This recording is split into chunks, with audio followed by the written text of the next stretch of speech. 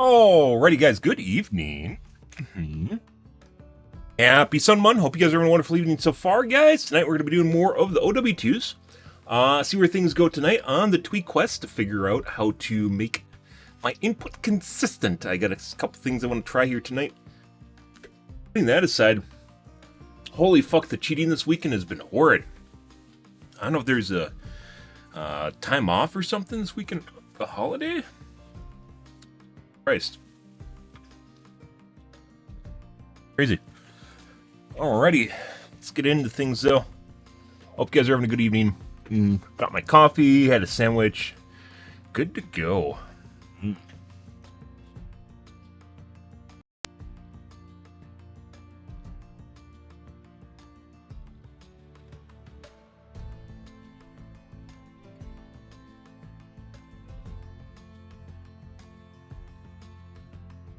Let's take a look at the tubes here. See what's going on there. And go from there.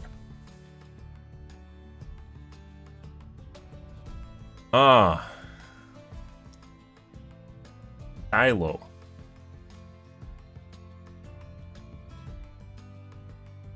Apple TV. Oh, is this a Fallout? Is this a Fallout series?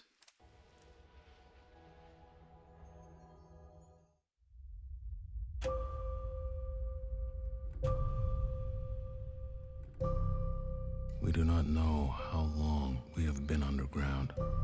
Fallout. Or who built the silo.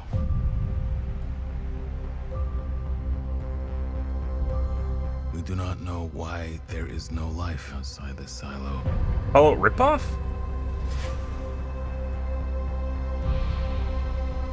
We only know that here is safe. And there is not.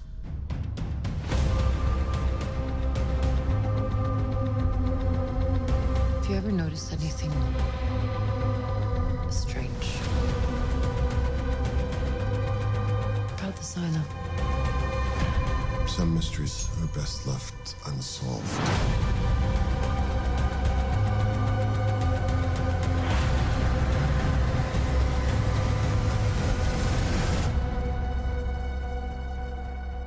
What's the big question? What if everything you know to be true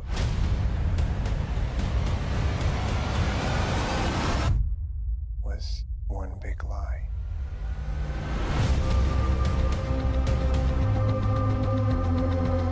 I guess another series where people are trapped in a confined space with confined resources. Basically a survival series, in which you have to, what is it, Gulliver's, not Gulliver's Travels, Logan's Run.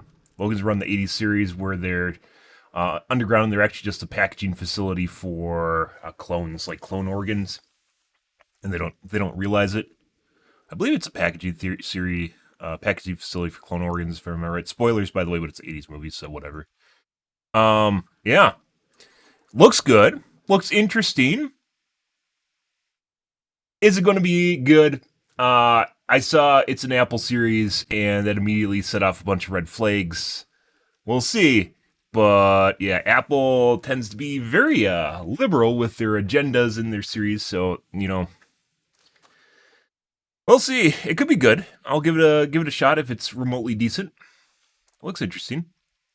A book adaptation, and then the actual series. Yeah, I mean, fucking Amazon did Wheel of Time, and they butchered the fuck out of it, so, yeah. Holy fuck, they absolutely ruined that series. Crazy. I don't know, guys. This is the way today. Oh my god, I forgot to update my title.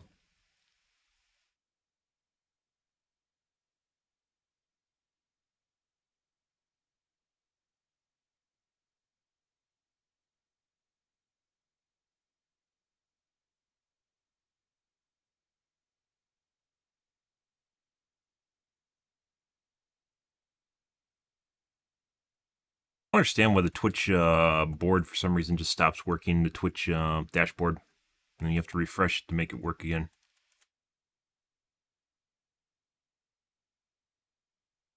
Good evening, Slane and Guide, by the way. Good evening, guys.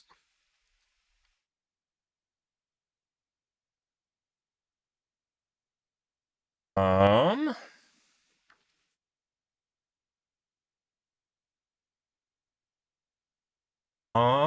Did he break his Ryzen CPU? No. I believe that's just a news week. Really all that interested.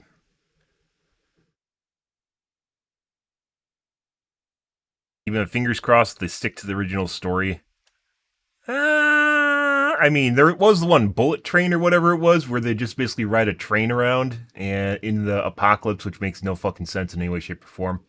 There's that one. I almost thought about watching it at one point. I was almost going to watch it, and then I didn't. I didn't get that bored.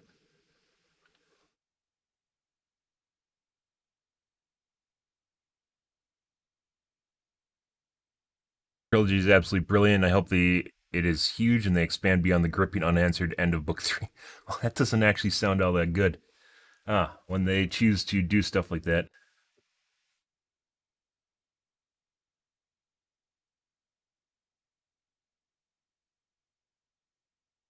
Hmm. Bleak future? Yeah, it does look like it's literally just a desert. Good for them. Probably means there's more silos, so could be good. Could be good. Is it probably going to be good? Apple. So yeah, Harry Potter and the Chamber of Secrets pitch meeting. This is a new one. I don't really like. This is so old. Like I don't even remember the movies, and as such, I don't really want to go and watch them. I think I watched. I did a binge and I watched them all before the last two movies, and I'm never doing that again. Some of the earlier movies of Harry Potter were actually just not very good. So yeah. He used this cutter thing to blow up a lithium battery. Well, I mean, this is worth watching simply because it has fire in it, right? Gentlemen's, welcome back to the Yap. Taking old Cindy Lauper for a, well, girls just want to have fun. Oh, the call of the void is strong. Not to worry, this is not my real finger. Jesus, fuck. A tool and die maker told me the reason it's like a 1911. It's got the grip safety, but it still don't feel safe. Not for no reason, but you may ask yourself why the healing bench is so filthy. One, research. Second, fella made a bet that this kindling would be in every video henceforward. I gotta help a fella out. You're welcome. Speaking to kindling, here is an ill-advised that Snowpiercer, yes. The souls of batteries bygone. I know. All you need Well, is your not really. Actually, a papers lot and of your transgender mortgage. people don't There you get a actually friction fire. get things They removed. don't call it Japanese lightning for nothing. Like I don't think there's like the weird thing is, guys, about like the whole transitioning thing with people that are transgender is there's almost no stats on this shit at all. Like it's just like I don't know if it's intentional or not, but it seems like no one keeps like track of this stuff, and maybe it's just not something that anyone's supposed to be privy to information. Even the government's not privy to the information on this stuff, which makes you like when you talk about like the amount of people that, for instance, choose to keep their original genitals instead of choosing to have surgery. I don't think there's really any stats on that at all. I just majority of people just apparently do because it's actually kind of a ridiculous thing. If you think about it, like just life altering, and the state that you go from to the state that you end up in is probably not going to be acceptable. So a lot of people just choose not to do it. You know, jokes aside, like they don't choose to go the extra five yards to actually, you know, get a fake vagina or it's just vagina made for them, and then get their dick lopped off. The vice opposite of that doesn't really exist. You kind of can do that, but not really with some surgery. Because there's nothing to work with. That being said, they've unrelated to transitioning though. They've actually transplanted penises to people, mainly to guys that have like lost it, for instance, in war. There's been some research on that where they've actually transplanted penises to people. So I suppose that the eventuality is it might actually end up being the case. And then there's like there's like an issue that popped up where people don't want to donate their organs anymore because they might actually be used as a transitioning procedure for someone. And like, holy fucking politics. Yeah. crazy shit, crazy time we live in. But it's like one of the things that they don't really talk about it, and then I suppose they don't talk about it because someone would make an argument of if you don't actually choose to get things chopped off or lobotomized or changed basically to the gender that you're going to, do you actually care about it? You know, like opens up a whole ball of wax, and maybe that's why you don't get really stats on any of this stuff. There's like no stats anywhere about any of this, and I don't know. And it's kind of curious tidbit. It's like the whole transitioning bit is like shrouded in mystery unless you transition. Like they just if you're an onlooker from the outside, like even if you actually go into it, it's like they want to afford you every courtesy. I mean, not trying to say that you shouldn't transition, but at the same time, it doesn't seem like they're actually going out of their way to try and discourage you from transitioning, unless you're talking about right-leaning people. Like you have the whole right-leaning agenda, right? With people that say you can't transition, you shouldn't transition, right? And that's not what I'm saying at all. But like, you know, giving you unbiased facts from both sides here of what happens and what might not happen, and people, you know, I don't think there's any stats on detransitioning either. So people that choose to go back to their original gender after the fact, I think a lot of people just end up as non-binary as a stopgap if they don't choose to transition and they decide to come back. They end up non-binary instead of going back to their original gender because I guess it would probably assault them in some way mentally, and they wouldn't want that either. Oh, fucking weird. Everything's weird, but that's just the way it is. Just kind of a curious tidbit there is I think almost no one actually gets their penis chopped off or, you know, get their have their uterus removed and vagina removed and turned into an amalgam of a penis-like shape with a air bladder in it or something. Yeah. So I think that's like, I don't know. If you just had to make up random stats on that, I'd say like 99.9% of people that transition don't actually go that far. And that's just a random stat that I'd pulled out of my ass, but it kind of feels that way in terms of people that just never go that far. And there's literally no stats on it. Gender reassignment surgery, I think it is. And not talking about getting if you're female or male after transitioning to male, getting your boobs removed, you know, that's a little bit different than getting your innards gutted, right? I don't know. That's once again, that's a different thing. Just like guys take hormones to grow boobs, or women take hormones to grow boobs who transition. Like it's kind of like that's kind of like, I don't want to say superfluous, but it's kind of like the outside thing. And when it comes down to actually changing things, like like it'd be crazy amount of downsides to actually doing that. So I don't think a lot of people choose not to do it. I don't know. It'd be kind of curious if there was no downsides, how many people that transition would choose to just imagine, you know, like if you could automatically take a pill and just change genders, but you couldn't go back. There's no going back because that'd be like an undue sort of trial test thing. You could change genders just by taking a pill. How many people would do that? I don't know. Weird stuff. Weird time we live in. Anyways, moving on. What Japanese like? That's a loaded conversation with a lot of differing opinions on what. I don't know. Like you apparently, like some people don't even think you should be able to talk about it. What the fuck is he doing? I really should. Maybe at least squint my eyes. Fucking Christ, this is creeping me out. First off, why would he do it above I don't the really container? like electricity. Second off, I don't want to cataract my third eye. So he's choosing to do it. This is obviously clickbait. This is a clickbait video. Oh, with the chemicals and the hand, oh, Jesus fucking.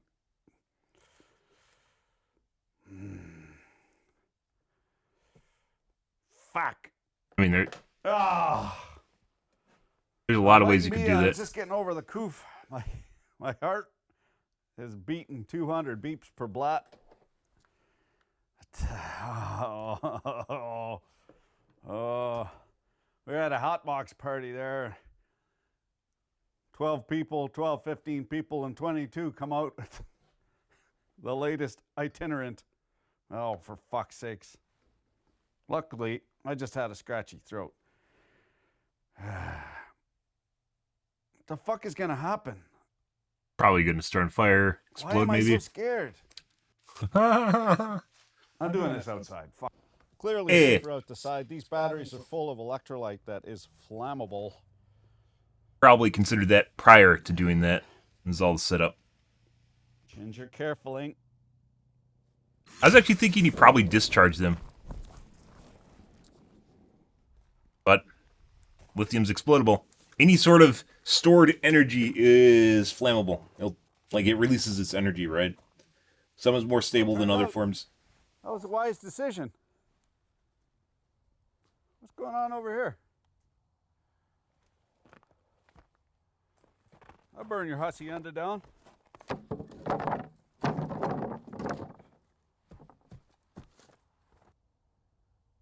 By the Jeezeless, clinging tenaciously to my false bravado would have got me in trouble in that tinderbox of a shop. He's just making this is literally just a clickbait video. But the patient didn't Turn this into a TikTok. Where's Prudence when you need her? Scorch marks on the safety freezer. Not to worry. Next up is some double-aught. What are you, silly? Cable, not buckshot. Oh, speaking of safety, I'm fingering we ought to put on the dancing shoes and take old Cyndi Lauper for a date on the regular. What do you figure we should cut next? We're all about the safety third here in the Empire Dirt. One of the oft overlooked localities of safety is the industrial turlet. I'll shit off a cliff, I'll shit off a dock, but I'll be goddamned if I shit off the clock. This is for the stall, just to remind you, when the going gets rough, time to take a shit break. Stick that on the inside of the stall. Enjoy a chuckle with the lads. You got 2 other stickers as well. You know, sometimes, I mean every time, the boss just doesn't have the budget. And nobody got no fucking time at all. And somehow there is always time and money enough to do it right the second time. But when you're doing one of those jobs and you just want to be left alone, it'd be nice to have a label somewhere. A vintage kind of label. A safety label. Wherein you could just sort of point to it. And the hot breath of management down your crook of your neck just understands you need to be left the fuck alone. I'm just gonna stay in here where it's safe with Miss May June for a little bit. Maybe enjoy some buttery Chardonnay and a menthol cigarette.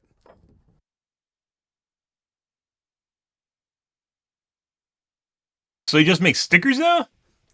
Is that his thing? You just make stickers and advertise the stickers? You know, modern vehicles always got that cover your ass message on their mirror. Is it just like an ad for his merch? On that. Also, truck drivers, when they're backing in After a stalls, clickbait? they always got this, you know, look out for forklifts and so forth. You see if I What does he even do?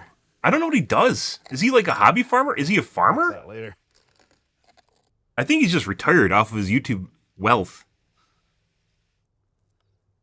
I thank you because I enjoy making these. I enjoy sharing a laugh in the shop. It's so damn serial all the time. So if you got a spare beer token, head on over to the Etsy and pick you some up. Share a laugh in the shop. And if you get no scratch, no problem, partner. Town Pump CNC, I will send you some. We'll set some aside for fellas what hurting, or maybe third world countries. I surely appreciate your help. You know the reasons. So thanks for watching. Keep your dick in a vice. I see.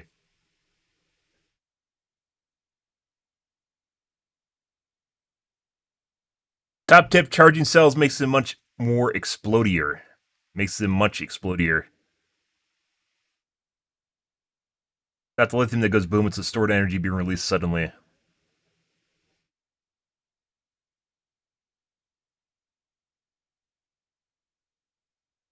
Yeah, I think most people are here smart enough to realize that this is a clickbait video. Okay.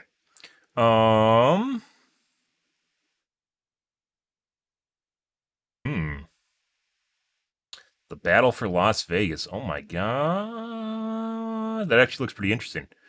We're going to watch that tonight. Project Farm. I do like me a Project Farm, guys. I previously tested the socket-style rounded nut extractors, but what about the wrench style, which allows you to work in a much tighter space? Ooh. We have a bunch of different brands, with the least expensive brand only costing $14 and the most expensive brand $469. In the first test, we'll see which wrench performs the best on undamaged bolts. Then we'll see how they perform on partially and completely rounded bolts. Finally, we'll see which wrenches are the most durable. At a price of $14, the least expensive brand we'll be testing is made by Irwin. Curved jaw delivers maximum gripping power and won't slip or strip any style of nut or bolt. Built-in wire cutter to avoid having to switch tools. The locking wrench is 7 inches in length. The Irwin vice grip is made in Taiwan. If the fastener is in a tight spot, the size of the tool is a factor to consider. With a 7/16" bolt in the jaws, the vice grip needs a lot of real estate at 1.87 inches across. Some of the tools I didn't know these in testing existed. claim to be designed for both rounded and undamaged bolts. So let's see how much damage is caused by using each of the wrenches on an undamaged 7/16" grade 8 fine thread bolt torqued to 78 foot-pounds. We'll also see how they perform on a partially and fully rounded bolt.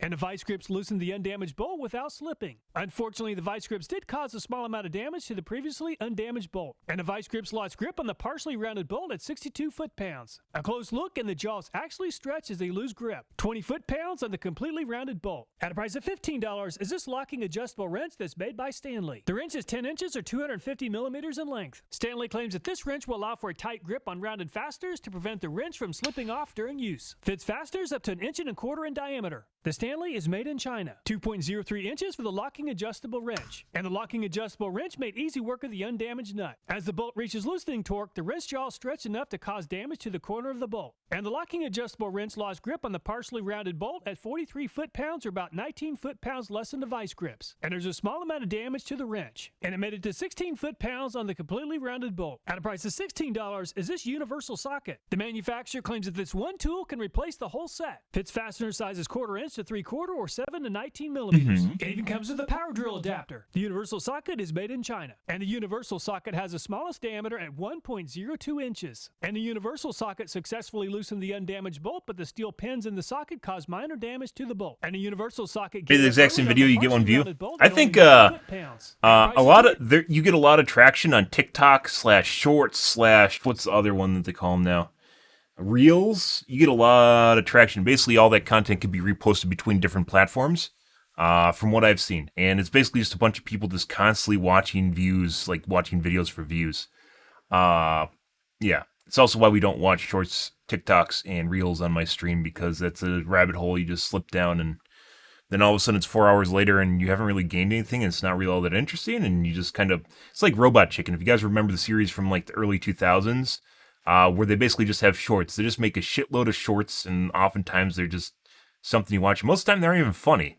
But it's just something that occupies the ADD. Like, they've made entertainment that just sticks in the ADD part of your brain, and then just keeps massaging it, but doesn't actually like give you any meaningful information out of it. That's where Aliens made TikTok. $23 is this Max Power brand Swedish pipe wrench. Maximum jaw opening is 1 9/16 or 40 millimeters. The wrench is 12 inches in length. It has a knurled steel adjustment nut. The Max Power is made in China. And a pipe wrench uses the most amount of space yet at 2.3 inches. And a pipe wrench has very aggressive teeth and cause a lot of damage to the bolt. The teeth on the pipe wrench also experience some damage. And a pipe wrench is the first tool in the lineup to loosen the partially rounded bolt. And a pipe wrench is also the first tool in the lineup to successfully remove the completely rounded bolt. At a price of $24 is this Duratec Universal Wrench Set. The wrenches work with SAE or metric. Fit sizes 5 to 27 millimeters or 3/16 to 1 inch and 11/16. The manufacturer claims that the wrench set works very well with rounded fasteners. The Duratec is made in China. 1.65 inches for the Duratec. And the Duratec is able to loosen the undamaged bolt without a problem. However, the jaws on the Duratec do appear to be pretty soft, and there's quite a bit of damage to the jaw. Holy fuck. There's also some very minor damage to the bolt. And the Duratec lost you grip care on that the much about a partially rounded bolt at 33 foot-pounds. At a price of $30 is this Crescent brand. It claims to fit 6 different fastener types, including hex, square, 12-point, each horse, partially rounded and splined. That looks like The it just resting rounds end of stuff the out. open wrench allows you to remove and apply nuts and bolts without removing the wrench. The Crescent brand is made in China. 0.987 inches for the closed end and 1.36 for the opened end. And the Crescent made easy work of loosening the undamaged bolt, but the Crescent wasn't able to gain any traction on the partially rounded bolt. At a price of $33.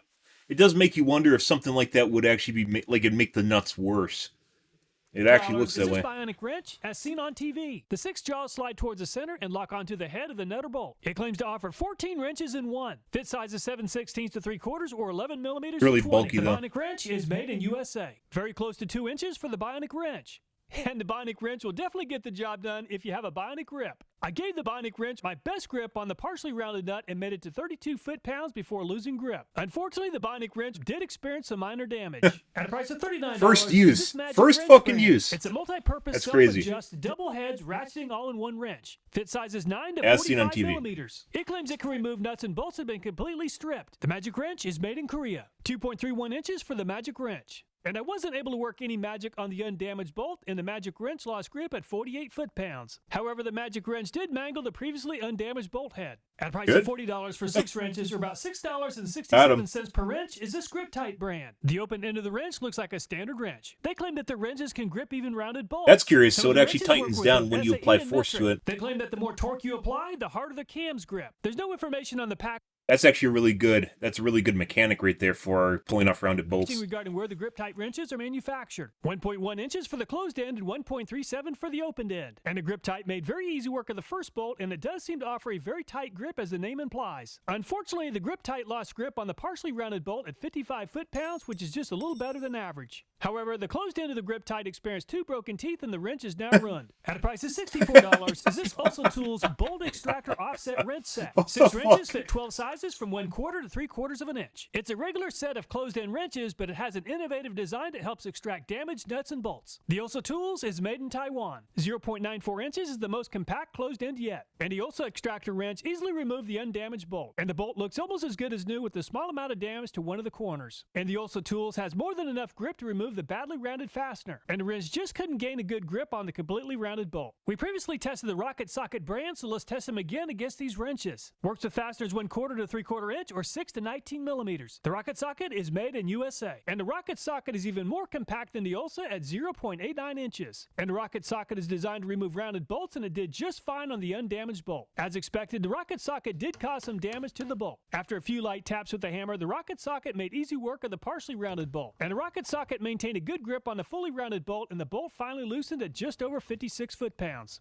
At a price of $90 control and just over $3 per wrench, to is compare this stuff gear wrench against. brand. Nothing fancy about the closed end of the gear wrench. It's just a 6-point combination wrench. We'll see how the gear wrench performs against But some I of think the if you're other just trying to styles of make, by the way, wrenches. if you're They just claim trying to that make their media off-corner for the loading sake reduces of faster getting rounding. views, The gear wrench wrenches TikTok are made in is China. definitely where you want to be 0.95 reels. inches TikTok. for the closed end You and just make something 1.28 bullshit. inches It for doesn't the even open matter end is anymore. the most compact Just yet. something. And a 6 The point the most innovative videos I would say for TikTok and reels I've seen so far. It's actually kind of curious watching how stuff evolves. Is you say like one easy trick, one simple fix, or you make it look like you're going to create something and then just make shit. Like literally, it doesn't matter whether or not you make something useful. You show a transformational video, and at the end of it, it doesn't even matter if you turn it into something. People will watch it till the end because they think it's actually going to turn into something. Yeah, so like the videos, even for TikTok, Reels, and Shorts, it doesn't even matter if you're making something worth watching in the first place. You just make something that gets people hooked on it, and then it doesn't even matter what the end result is because you're just after them for views anyways. Gear wrench Fucking has more than hilarious. enough grip to loosen the undamaged And people do. fastener, and the bolt still looks as good as new. And the gear wrench repositioned itself to take advantage of the flat areas on the partially rounded bolt. And the gear wrench just wasn't able to gain any traction on the completely rounded bolt. At a price of $98 for 8 wrenches, or $12.25 each, is this Capri Tools brand. Capri Tools claims that their wrenches remove strip bolts up to 90% rounded. Sizes 5/16 to 3/4 of an inch. 40% longer handle for added leverage. The wrenches are made in Taiwan. 0.98 inches for the closed end and 1.37 for the open end. And the Capri Tools maintain very good grip on the undamaged fastener. However, the wrench does apply a lot of pressure away from the corners, which causes damage to the bolt. A close look at the wrench, and it appears that the chrome plating on the wrench is crumbling. And the Capri Tools found plenty of grip on the partially rounded bolt, and the bolt loosened at 61 foot-pounds. Not enough surface area on the completely rounded bolt. At a price of $153 for 19 wrenches, or just over $8 each, is this MicroPro brand. It claims to be a bolt extractor set wrench and cushion grip socket set. Acts as a regular box end as well as an extractor wrench. They claim that their 6-point and 3-cornered box end design shields fasteners from damage under high torque situations. Grip sockets have patented cushions that prevent fasteners from damage. Include sizes 6 to 19 millimeters and Patented 1/4 to cushions. 3/4 inches. The MicroPro is made in Taiwan. 0.927 inches for the MicroPro is the second most compact wrench yet. And the MicroPro looks a lot like the Capri Tools, and it performed like it too, making Yeah. easy work of the undamaged bolt. However, the MicroPro did hold up a lot better without any visible damage to the wrench. And the MicroPro has more than enough surface area to work with, and the partially rounded bolt began moving at 62 foot-pounds. And there's not enough surface area on the completely rounded bolt.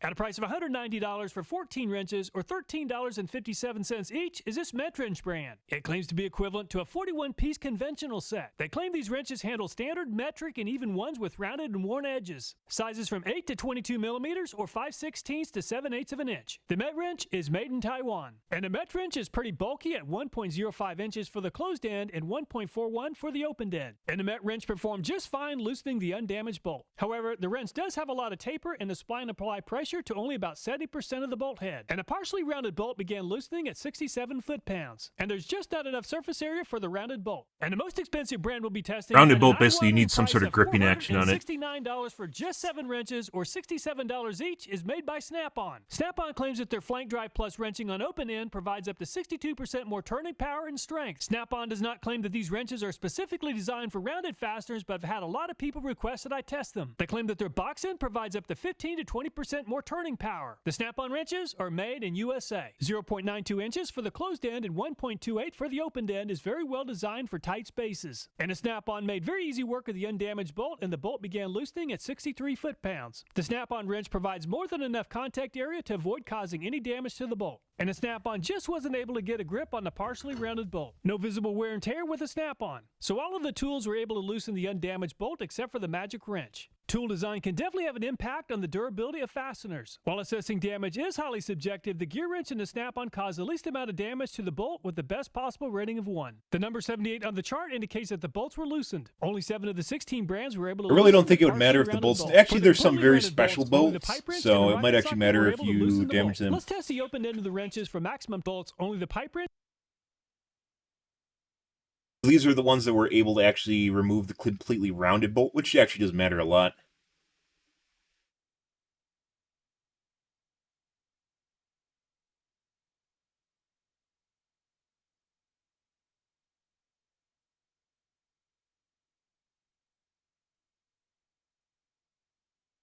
And the rocket socket were able to loosen the bolt. Let's test the open end of the wrenches for maximum torque next using the same grade 8 bolts. With 3 points of contact, the vice grips perform very well at 100 foot-pounds. And the vice grips also perform very well on the partially rounded bolt at 49 foot-pounds.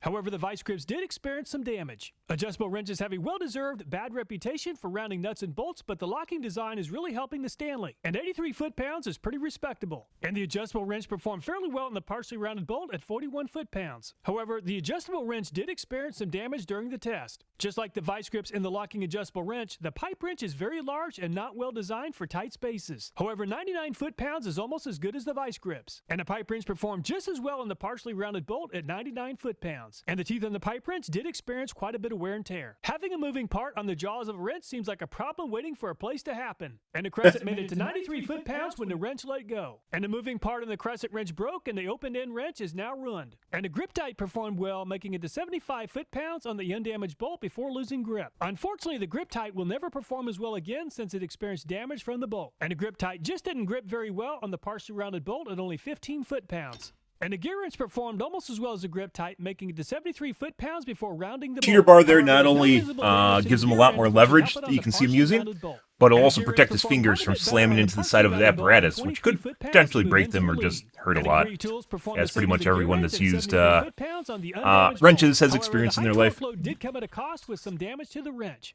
And the Cabri tools gave up early on the partially rounded bolt at only 9 foot-pounds. And the Met wrench performed far better than anticipated, making it to 88 foot-pounds before giving up. However, the high torque load did come at a cost with some damage to the wrench. And the Met wrench performed about average on the partially rounded bolt at 15 foot-pounds. And the Snap-on brand claims that the open-end design of their wrench gives it an advantage over the competition. Of all the combination-style wrenches, the Snap-on performed by far the best yet with a very impressive 97 foot-pounds before rounding the bolt. And the Snap-on held up very well with a small amount of wear and tear to the wrench. And the Snap-on made it to 16 foot-pounds before slipping on the partially rounded bolt. Looking at just the open-end wrench performance, the vice grips came out on top at 100 foot-pounds, but the pipe wrench finished in a close second at 99. If you need a much more compact tool, the Snap-on performed almost as well at 97 foot-pounds. If you're dealing with the partially rounded Vice fastener, grip an locking. open-faced wrench is at a huge disadvantage. And the pipe wrench came out on top at 99 foot-pounds. The locking pliers finished in second at 49, and the adjustable wrench 41 foot-pounds. Up next, let's compare the tools that made contact with all 6 sides of the fastener. And a universal socket made it to 80 foot-pounds before slipping, or 20 foot-pounds less than the vice grips. And a universal socket made it to 46 foot-pounds on a partially rounded bolt. However, some of the steel pins experienced some damage. And the Duratec makes contact with 4 sides of the bolt. And the Duratec performed well at 108 foot-pounds before losing grip. The Duratec previously lost grip on the partially rounded bolt at only 33 foot-pounds. Durability seems to be an issue with the Duratec, and it's pretty soft and experienced quite a bit of damage. And the Crescent is the first wrench to outlast the bolt, making it to 151 foot-pounds. And the bolt is just stretching, so I'll go ahead and stop the test. And the Crescent just isn't able to gain grip on the partially rounded bolt. Once again, durability seems to be an issue with the Crescent, as it did experience quite a bit of wear and tear. Since I don't have bionic hands, I placed a hose clamp on the bionic wrench to maintain a firm grip. Unfortunately, the bionic wrench experienced a bionic blowout and lost 2 teeth. We'll go ahead and skip the grip tight since it's already experienced pretty bad damage. And the Ulsa Tools has a 45-degree offset, which makes it challenging to keep the wrench fully seated on the bolt. The wrench has a tendency to want to roll to its side when applying a lot of torque. And the Ulsa Tools made it to 103 foot-pounds. That's a design failure. Rolled to the side and lost grip. And the Ulsa Tools actually performed better on the partially rounded bolt and maintained a much better grip on the bolt head. And the wrench outlasted the bolt, but the Ulsa Tools did experience some minor damage to the teeth. We'll skip the rocket socket since it's only designed to work in a counterclockwise direction. And the 6-point gear wrench has a lot of taper, which really hurts its potential. And the gear wrench came off the bolt at 111 foot-pounds. And the gear wrench made it to 49 foot-pounds on the partially rounded bolt. The gear wrench did experience a small amount of wear and tear. And the Capri uses a lot less offset than the Ulsa Tools, and that really helped its performance. And the Capri Tools made it to 137 foot-pounds before the bolt began to stretch. And the Capri Tools performed very well on the damage fastener, and it outlasted the partially rounded bolt. The wrench did experience some minor damage. Just like the Ulsa Tools, the Micro Pro has a 45-degree offset. And the offset really hurt the performance of the wrench, and it rolled to the side after reaching 94 foot-pounds, just like the Ulsa Tools. However, just like the Ulsa Tools, the Micro Pro also outlasted the partially rounded bolt. The wrench did experience some minor damage. And the Met wrench offers a very loose fit on the undamaged fastener. And the loose fit really hurt the performance of the wrench, and it rounded the bolt at 89 foot-pounds. And the Met wrench performed about average on the partially rounded bolt at 52 foot-pounds. And the Met wrench held up very well with very little wear and tear. And the snap-on is designed specifically for undamaged bolts, and it outlasted the bolt at 122 foot-pounds. And the snap-on just isn't able to gain a grip on the partially rounded bolt. And the snap-on is still in really good condition. On an undamaged bolt, the Crescent, Capri Tools, and snap-on are the only 3 wrenches that outlasted the bolt. However, the Ulsa and the Micro Pro seem capable of performing better without the 45 degrees of offset. On the partially rounded bolt, the Ulsa, Capri Tools, and the Micro Pro are the only 3 wrenches to outlast the bolt. So the Capri Tools is the only wrench in this category to outlast the undamaged and the partially damaged bolt. Assessing tool durability is highly subjective, but the rocket socket, gear wrench, and snap-on seem to have experienced the least amount of wear and tear. If you're working in a tight space, tool size is a factor to consider, and the gear wrench and snap-on have the smallest footprint on the open side of the tool. For the closed end of the tool, the rocket socket has the smallest diameter. However, the snap-on, Micro Pro, Ulsa, and gear wrench aren't too far behind. And I've always wanted to see what's inside of a universal socket, so let's go ahead and smash it and take a look inside. And it's a pretty simple setup with spring-loaded steel pins. For the wrenches designed specifically for damaged nuts and bolts, I really like the Capri Tools the best. When you consider the price and the performance, it seems like a great choice. All the videos in this channel, including this But one, not are the pipe viewer wrench. suggested. So if you have a Ooh. video idea, I hope you'll take time to leave a Ooh. comment. Thanks so much for watching. Please take care, and I look forward to next Usually he time. does a chart at the end. He didn't do a chart for this one. Not the pipe wrench, guys. Snap-on have the small. What was it called? Locking adjustable wrench. I mean, obviously it's bigger, but it looks like for the what you're getting and how easy like it is to remove the nut. Like usually nuts, depending on what kind of nut it is, sometimes you need to save it, like I mentioned before. But for the most part, if you're taking it out, you put a new one in. And I've always wanted to Sometimes see there are what's inside of a specialty universal nuts, socket, for instance, so that let's have go ahead torque and smash it and ratings take a look or inside. And it's a pretty simple setup with are designed to spring-loaded steel let pins. loose or For the something that you need to wrenches save them. specifically for damaged nuts and bolts, our time to leave a comment. Interesting. Thank Okay, pretty good. Good.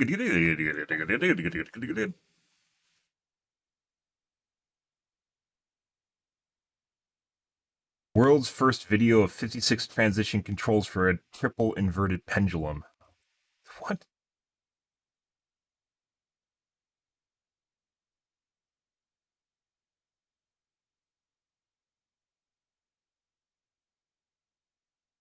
I guess. I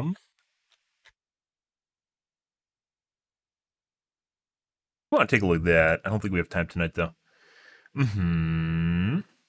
Hornet King, pretty good. Some people don't like watching it, though, so we are watching it on stream.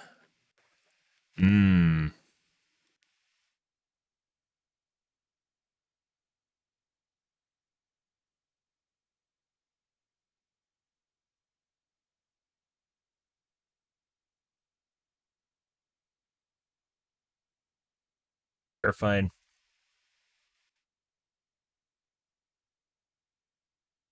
Every single clickbait GIF involves three things I've learned is an action background showing what you're trying to showcase, the person's face or some sort of close-up of who's doing it, and then words on the screen sometimes that are clickbaity.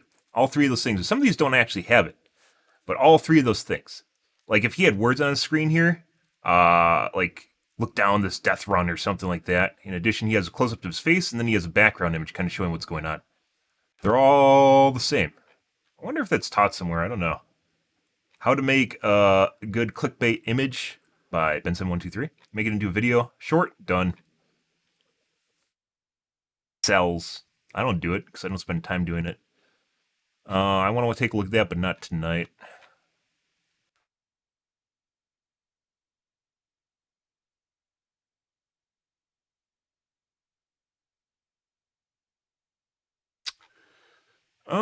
Let's take a look at Tom Scott. There aren't many pneumatic tube systems left in the world. There used to be, well, not everywhere, but 100 years ago, most major Western cities Tom Scott's would have very a few loud. of them for sending messages around, either within a building or between buildings. At one point, New York had 27 miles of pneumatic tubes between post offices. And you can still Good see idea. these sometimes in American drive-through banks or in a few hospitals for quickly moving samples around. Last year, I visited one in Canada that's used for transmitting small amounts of radioactive stuff for medical therapy. I know of only one place, however, that sends food through them. This is C1 Espresso in Christchurch, New Zealand, and about 10 years ago, they installed a brand new set of pneumatic tubes. Customer places an order at the counter, which will then get sent through to the kitchen. There's From only there, the so chefs many can open it things up, you can put see through a what tube. they need to make. If it's a meal that goes inside a pneumatic tube, we've got a map on the wall. Our chefs will then know where that customer is sitting and which tube to send it to. We're a wee bit limited to what we can put through them. Soup's never a good option. Burgers, fries. will I be mean, it is packaged just a in sealable these container. tubes. Stainless steel, food grade. We do throw a can of beer through them every now and then, so long as people don't mind getting a bit fizzed up when it arrives at their table. But otherwise, we get our bakers to specially make a sort of torpedo-shaped burger. Most companies don't have fancy see-through tubes. They were made in Germany and imported in. Subway? I mean, As restaurant gimmicks go, I really like this. There are a few competitors out there in the world that use things like conveyor belts or miniature roller coaster tracks, but here, your food isn't open to cold air as it travels. But I've been here filming for an hour or two now, and most of the people here are not ordering the menu items that go through the pneumatic tubes. They're ordering the rest of the menu or the coffees. These tubes attract tourists, but the repeat customers are locals, and they're here for actually good coffee and food. Turns out that a cafe like this can't survive without actually being good. We've been around for Pretty much. 11 years now. We have a roastery where we roast our own coffee in-house and create our own blend called C1000. The pneumatic tubes were I fucking hate set new up t-shirts, from day guys, I one. really the do. main issues we have around maintenance is the actual tubes themselves, wear and tear on those. yep. 5-second rule. They create friction and get stuck within the system. Everything else, touch wood, seems to work relatively well most of the time. We're really lucky. The new Christchurch Hospital, about a kilometre down the road, still uses a pneumatic tube system. There's a company in Auckland that's able to come down and do repairs and maintenance on ours when they're down looking after the hospital as well. One of the main issues we have, especially in a busy kitchen when we've got a full cafe, tube doesn't get closed properly, it decides with the vibrations to wiggle itself open, chips go everywhere, and then the tube actually stops in the roof of the middle of the cafe. If it's not too stuck, we'll try and push some more air through to see if it'll unjam itself. Second option being we've got a unit that sucks it back the way it came. Third option, which is my least favourite option, is we have to cut them out of the ceiling at the end of the dime. You hope it's near a join, that it's already...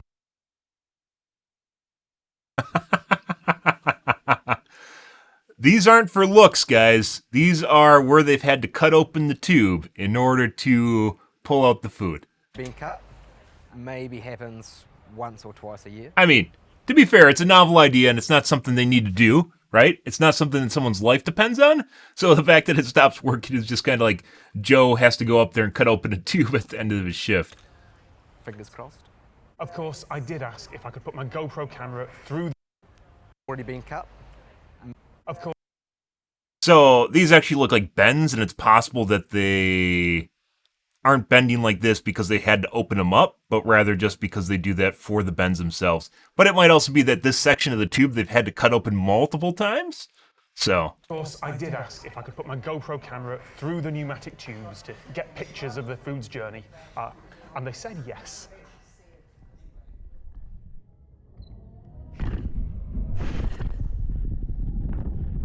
I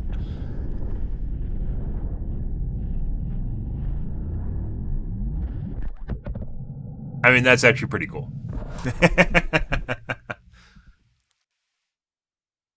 That's pretty good. Good job, Tom Scott. That's the question that really needed to be asked there. Okay. Enough of the tubes, guys. Let's take a look at the Reddits, take a look at the dits, and let's move on to some OW2s. We got some tweaking to do tonight. I'm going to mess around. I don't think it's going to matter, but I'm going to... Well, I'll wait till I do it. We got some lovely mail. I want people to make public profiles, not ridicule them, but to gather more evidence and show what's happening. Indeed.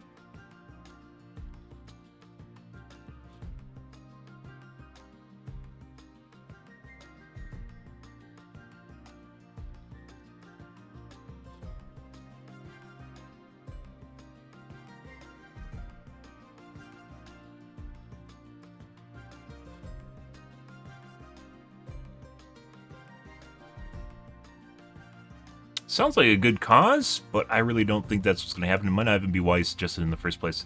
Turning a toxic player positive.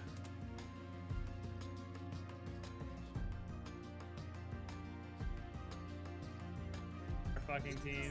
We are doing an amazing job. Nah, bro. Fuck that fucking broken ass stupid bitch that's our fucking teammates playing. Great job, team. Let's Nah. work. Great job. Playing a fucking overkitted fucking hero, bro. You're not good. Positivity. Shut the fuck up, John. Positivity pissing Great contest. job. I want to hear great job, team. We just did a great Nah, job. fuck you. Fuck you. John. Fuck you. Your heals are shit. John. Your damage is shit. John. Hold on, John. You need someone to talk to, bro? I'm here for you, man. Yes, I'm a little depressed. I'm not gonna lie. Bro. What's been happening with you, John? I mean, you can basically tell that they're both about to start laughing right now. So, No, it's been neither of hard them are with taking this this seriously. pandemic, I don't think man. either of them is a Make toxic you happy, player. Facts. Dub, bro. Let's get this dub. Alright. You know You're what I right, mean? You're right. Let's not waste our time. We all want to rank up, man. Let's go. you on a wanted poster with a You're right. I Yeah. can't argue with that. Yeah, let's go. Cassidy. A moment of silence for the bodies that we about to catch, man. Oh, wow. I'll tell him you said hello.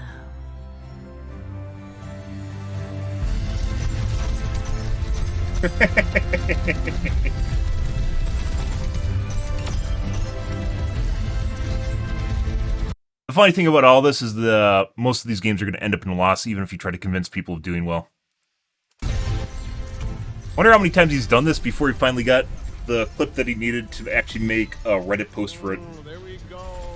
Great job, guys. Let's hear it. Great job, guys. Great job. Yeah, let's hear it. The positivity. I need positivity up in this bitch. It's a negative world right now.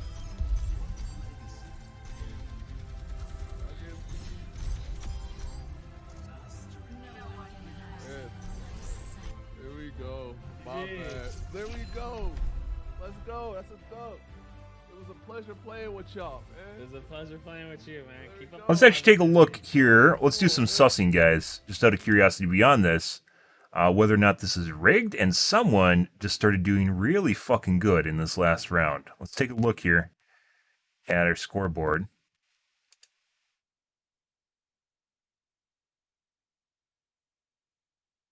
Okay.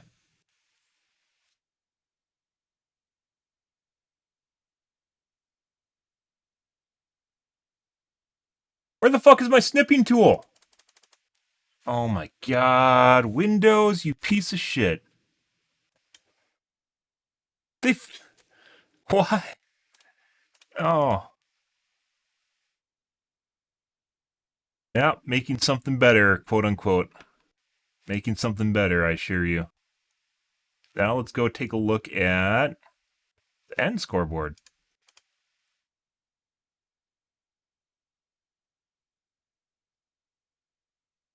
Yeah, I pulled it off the screen very fast. Let's see who did what here. All right. So Nick gained 4 limbs and 1,300 damage. John gained 3 limbs and roughly 400 damage. Miss gained 7 limbs, which is the person that apparently just had to insert their dick into the conversation and had nothing nice to say, except being berating. Gained 7 limbs and 2,000 damage. Is now a widow. The Zen gained 5 limbs and 1,300 damage? No. 700 damage. Gained 700 damage and 5 limbs. The Moira, healing, by the way, gained 900 healing.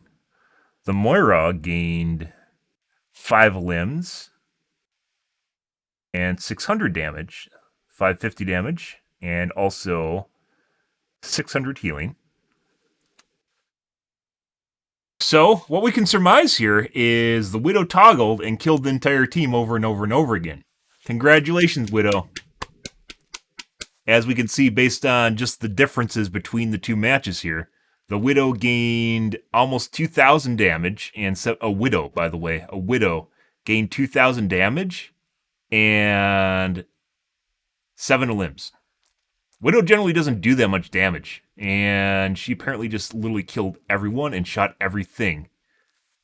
And the time difference is 427 to 556. So in the course of a minute and 30 seconds, gained 7 limbs and 2,000 damage as Widow.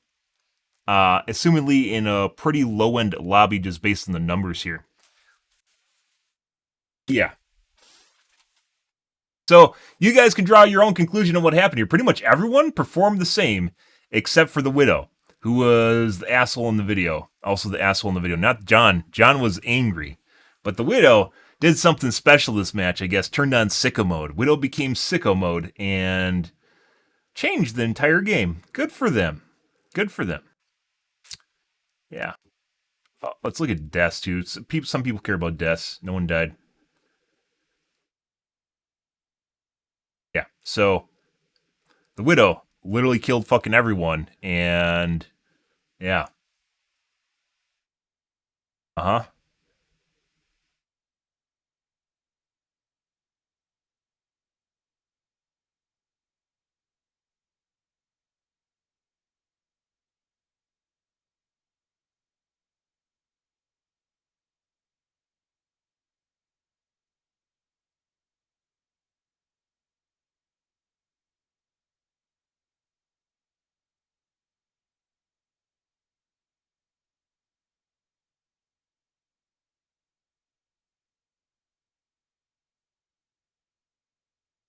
It has nothing to do with positivity. Probably had something to do with someone pushing their F keys.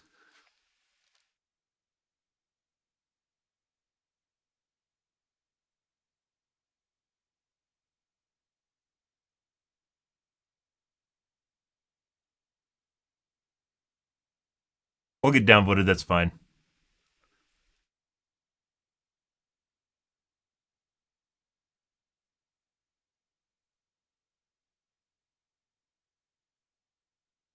We're just going to point out something completely outside the ordinary here that no one is looking at. Which is probably going to get downvoted into oblivion. We'll still do it anyways. 14 hours. We might get some engagement. Nice.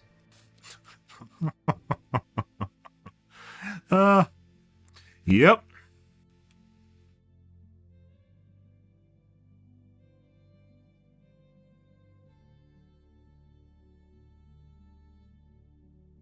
Tiny bit of context to what happened in that match.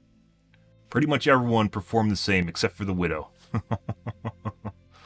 Huh.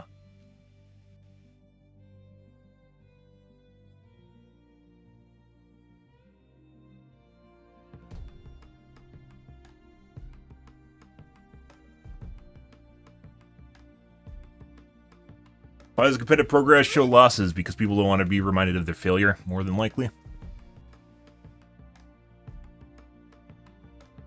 And it would be disappointed.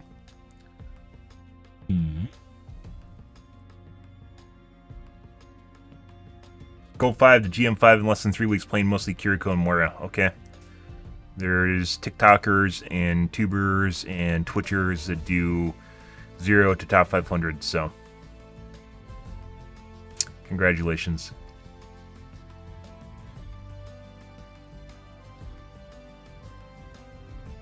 Indie Reddits. 7950X3D. Yep. The 7800X3D, the one that everyone's waiting for, coming out on the 4th this coming month. GDC is this week. This coming week. This current week, actually. Because it is technically Monday.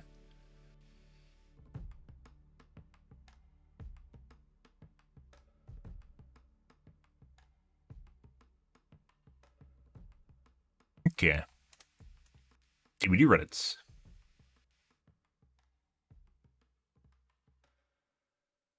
Media is no chill and I love it. Yep.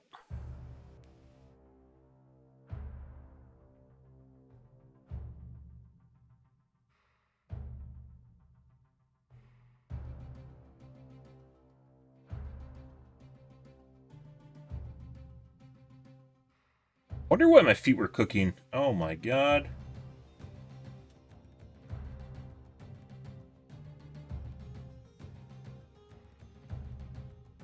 I accidentally turned up the temperature. Wonder when that happened. It's about to turn down.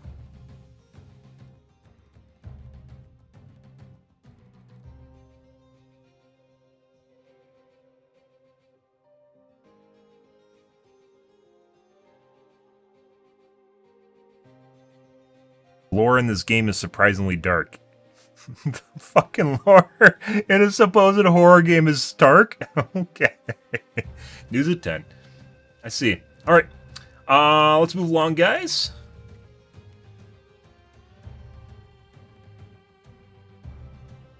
Clickbait doesn't matter. I disagree. Well, I guess you weren't talking specifically about shorts and TikToks, just rather the clickbait GIF. I would agree with that too.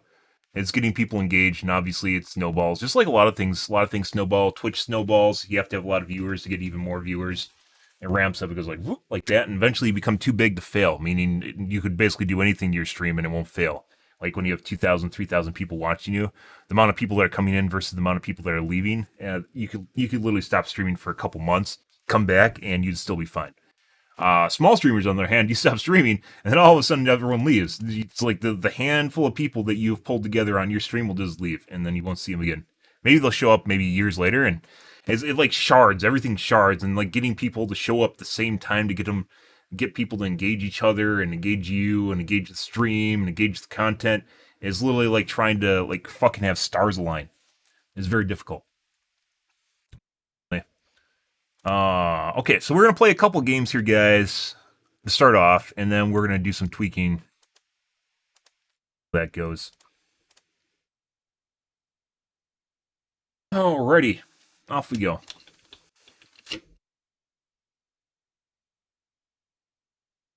I'm gonna wash my coffee cup out too, grab a soda.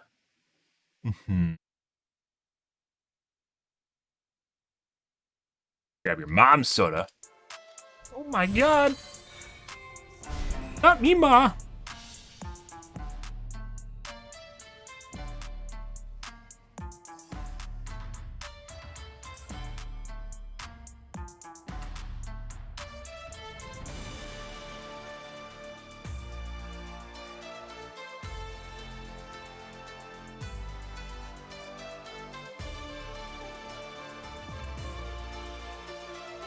Let's see.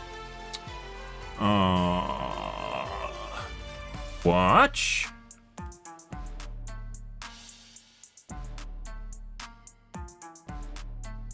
Not me, Ma. Okay. Wash the coffee cup, guys. Be right back.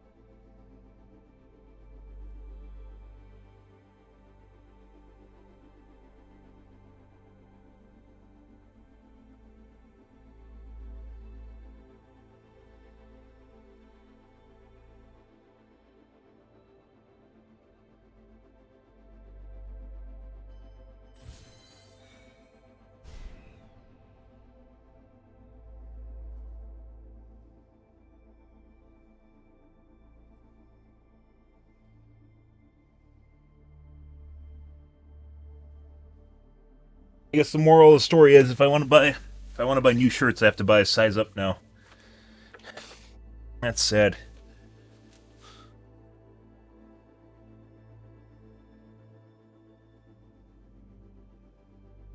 Alrighty.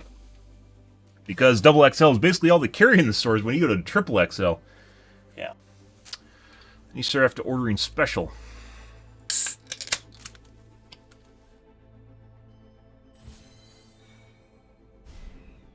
We're in double XL since, like, high school. I think I've gotten bigger, like pudgier. You keep trying to make stuff tighter and tighter jeans and shirts. Even when you buy the relax fit jeans, I had to buy not Dickies. Wranglers. I had to buy Wranglers. I don't really care which jeans I wear. I prefer Levi's. But I had to buy Wranglers because even the relax fit, like Lee's and Levi's, were just, they're too tight now. They're ass huggers. You want to get relax fit, it's not relaxed. What the fuck are they doing? Then you get Wranglers and they fit perfect just on the normal. The normal one's not even relaxed. Crazy. Wow, wow. I mainly just prefer Levi's because they last a decent amount of time, so. Build quality. Although some people, like, Levi's are really big, especially in Europe. They like Levi's, and they're really expensive over there, too. That's 3 in a row. The older I get, the faster the years go. It's likely that time is passing at the same rate it always has. Can't even hear my hello. Barring relativistic effects, of course. Wonder how long my feet have been cooking for. I like you better when you're talking to yourself.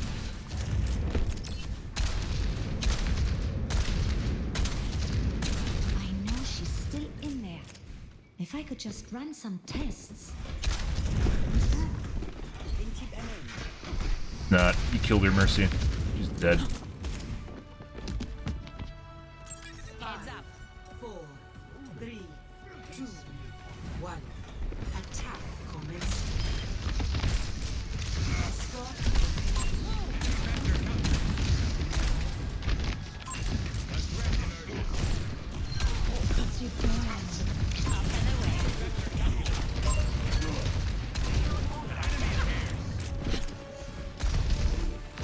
Oh, I didn't turn on eye bleed mode. What kind of sleep dart was that?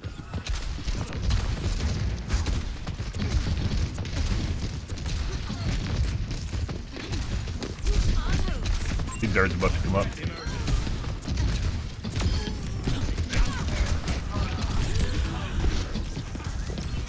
Here, the fucking widow. Can't do anything about her though.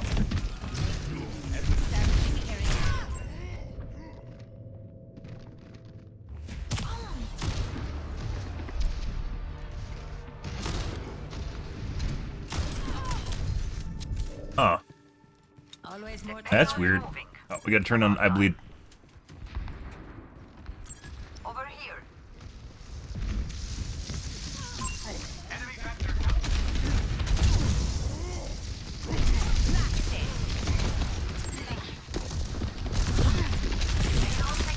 I don't have any jets left.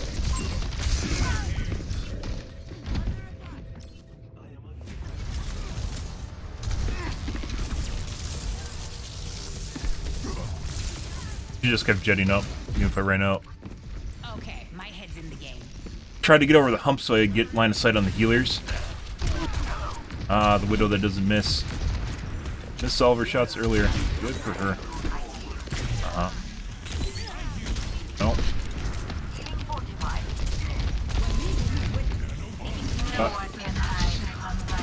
Knife.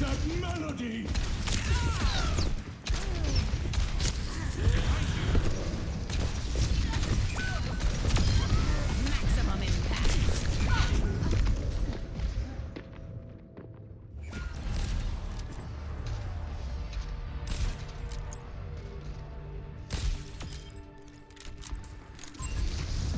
The skies await.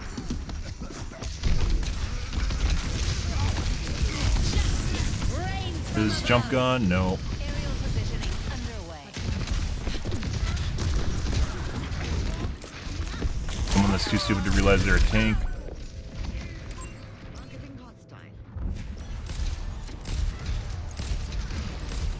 People that are fucking stupid, guys, literally shouldn't open their mouths. I mean, Jesus fucking Christ, like, someone thinks they're insulting you by pointing out that you tried to kill them with your ult when killing them with the ult's a good idea. Yeah. Huh.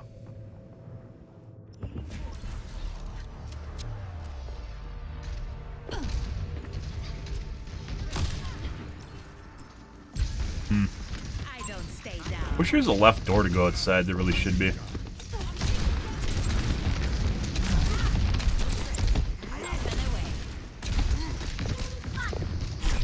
Uh-huh. Looks like her widow's toggled too. At the beginning of the match, she literally can't hit shit, guys.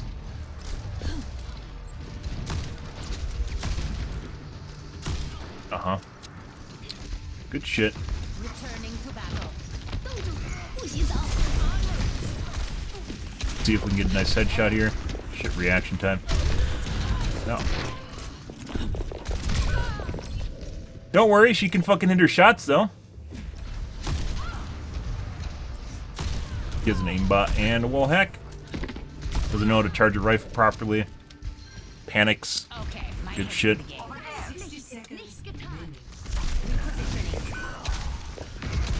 Keep going. No.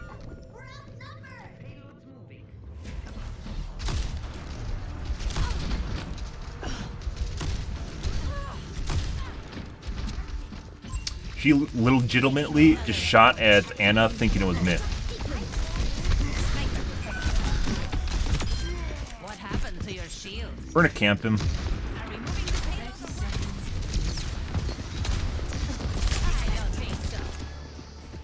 Mercy wants to come in and res.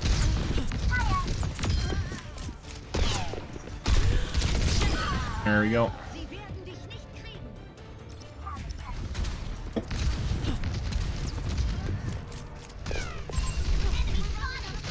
Better than losing with my ult, guys. I'll get an extra kill.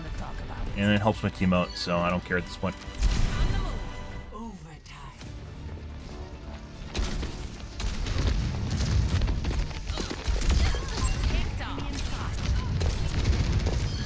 Yeah. I fucking hate this map so much, guys, and it's particularly because Widows, brain-dead Widows with an aimbot, literally just dominate the shit out of it. And that guy literally cannot actually make decisions in close quarters in any way, shape, or form. There's a huge disconnect between player skill,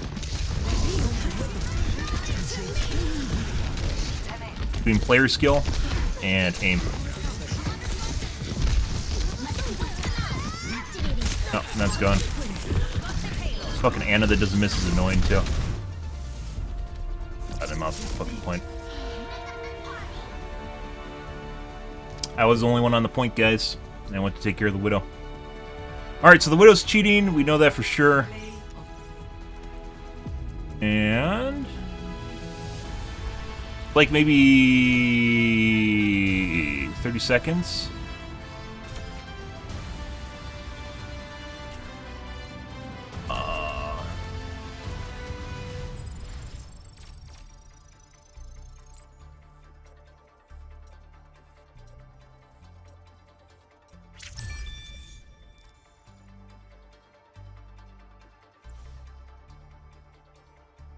Parallel to them? Perpendicular.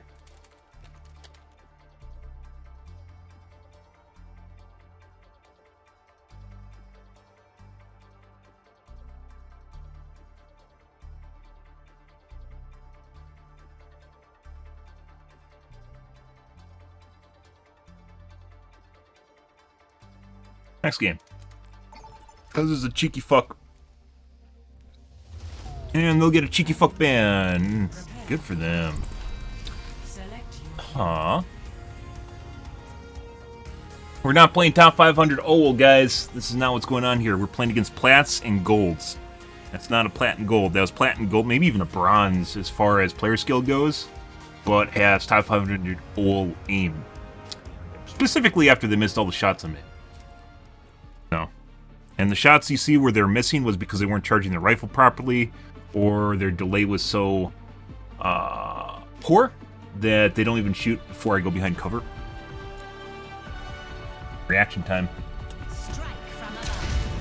Good, good, good.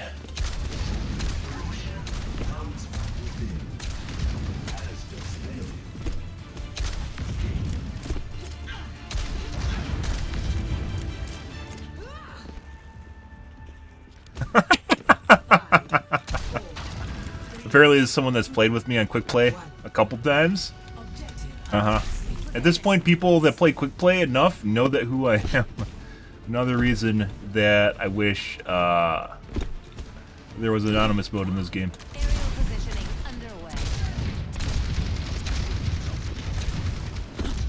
I'm very certain that SBMM is based purely on your comp rank, though, and it doesn't change unless your comp rank changes. That's a Bastion.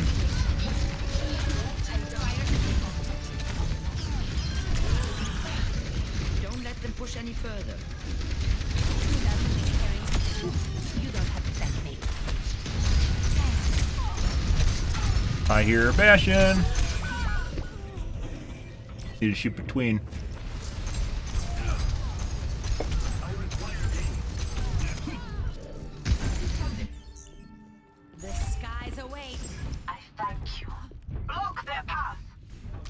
Or waited. Better yet, just waited.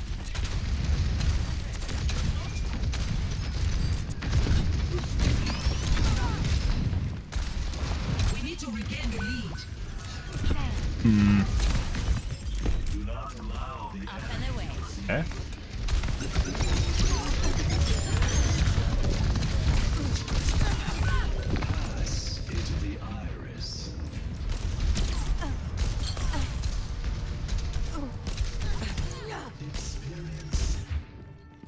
I don't stay down. Repositioning.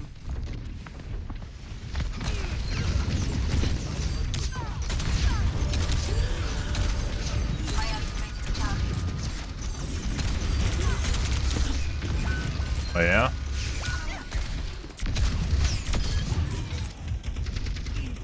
I guess I'll go heal myself.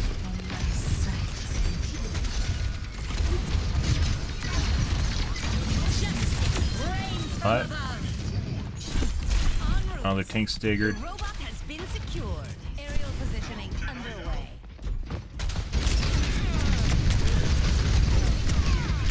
Just fired and didn't fire my gun. I don't know why that happens. It happens though.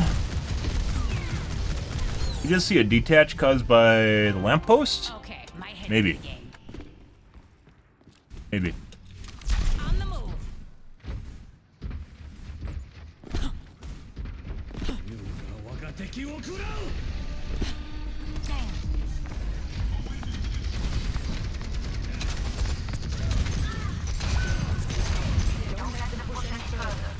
There we go. Establishing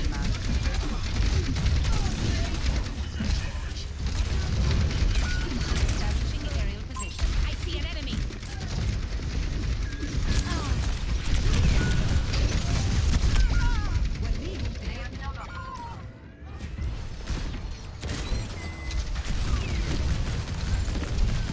You're powered up. Get in. Let's show him some air power. How vexing. Repositioning.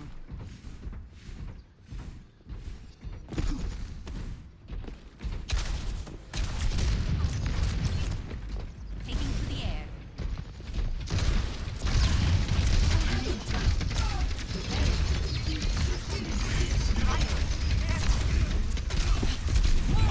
Why the fuck does it happen? In normal situation, I tried doing that.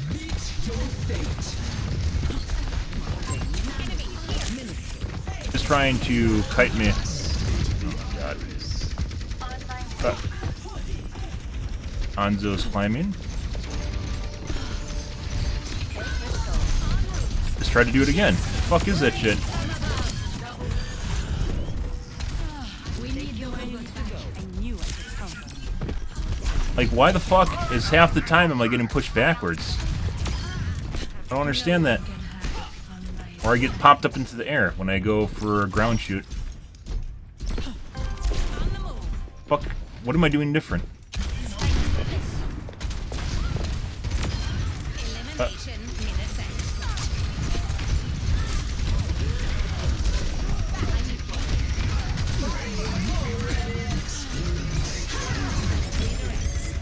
Establishing aerial position. Yeah, Bastion. That's not good.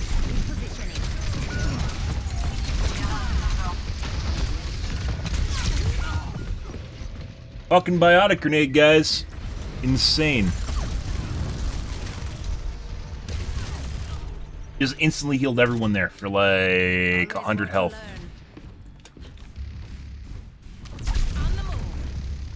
Next to Sensu Bean, one of the most insane abilities in the game. Literally changed Enemy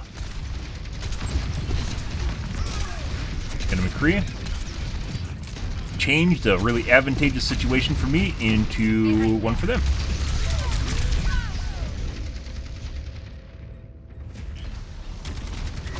That's prior to Overwatch 2. The new thing I bitch about is Sensu Bean. The skies await.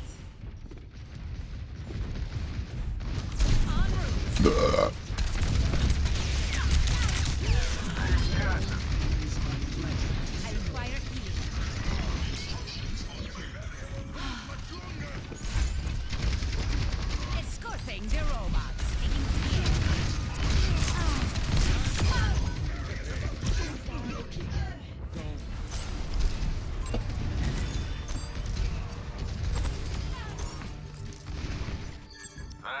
Okay, my head's in the game. Repositioning. Damn.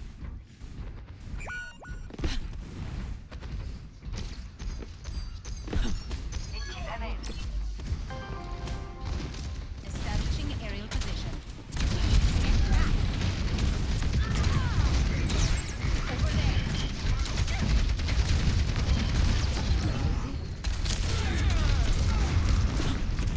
Lamp tech them?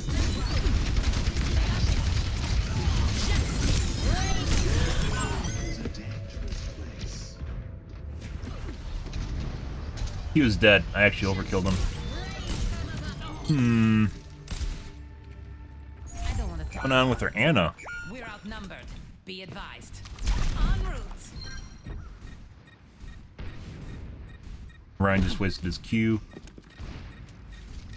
One person here. Okay. You. Now I get to wait.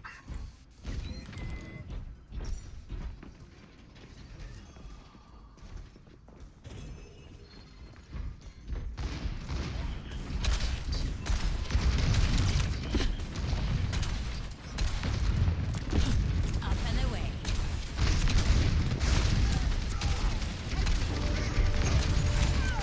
Enemy over here. The robot has been secured.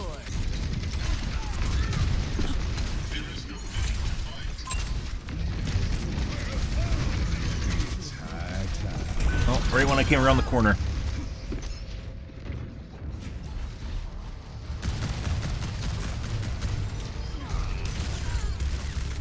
Yeah. Just waiting back there on the healers for me to come around that corner? Okay. Unrelated, though. That's just plain strategy. Cut.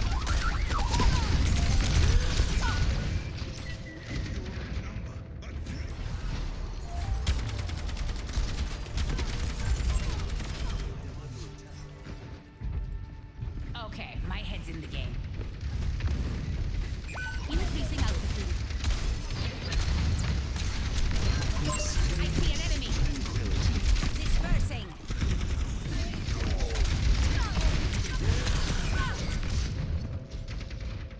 Some of these guys are really accurate, not specifically the McCree. Anna and Zen, but I mean, it's kind of perpendicular to him there. This guy was really fucking weird in the last game when the Widow wasn't actually hitting any of the fucking shots, even though it's perpendicular to her. That's hilarious. Also, why she was cheating after at the end there. One of the giveaways. Enemy here.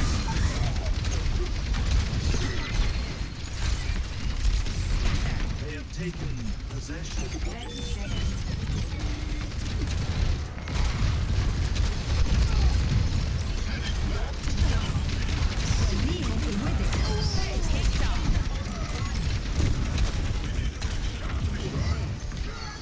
Push. 10 seconds remaining.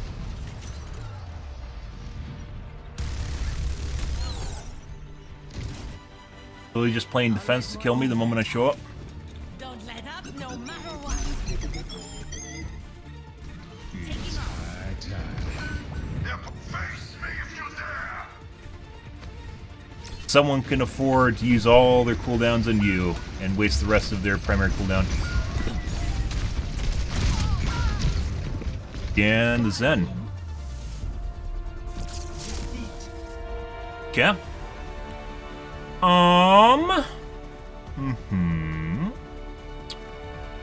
Eight. Play of the game. Zen. This is Zen.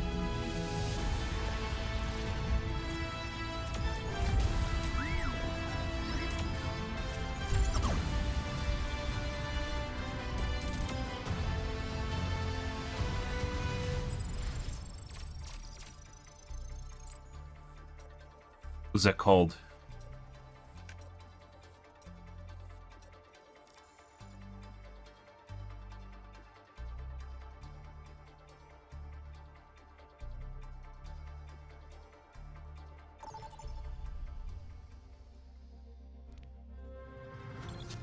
Welcome to Rialto.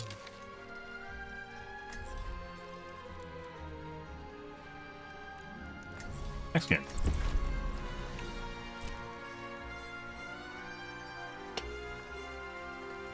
Good.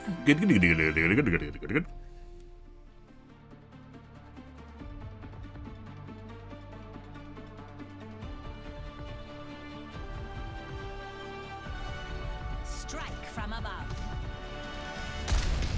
Happy Sunmon, guys. Still less cheaters than we had on Saturday and Sunday, or Saturday and Friday. It's fucking crazy in this game.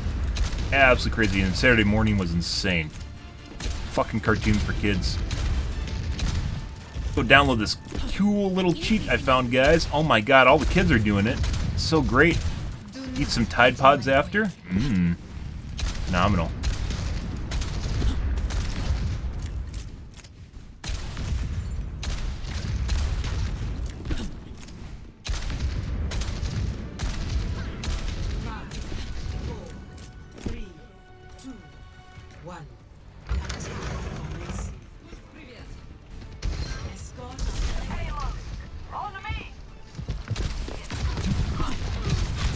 Widow? No.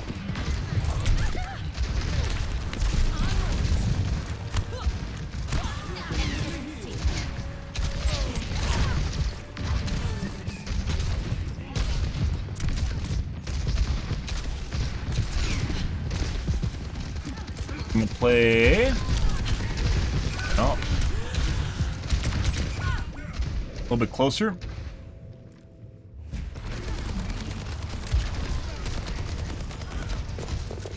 That looks like an aimbot. That's snapping back and forth between multiple players. Cool.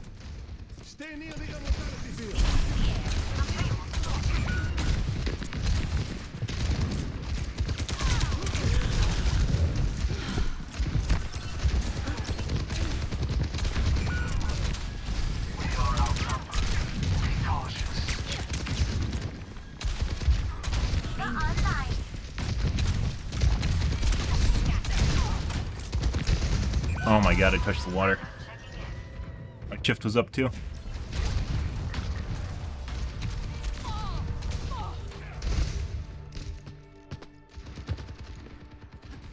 Yeah, the McCree toggled and just completely passed up, or not the McCree, the S76. And completely passed up Ash now. Oh. Don't want her resing. Oh, okay.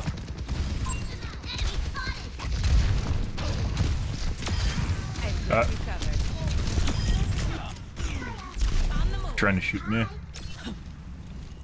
Good.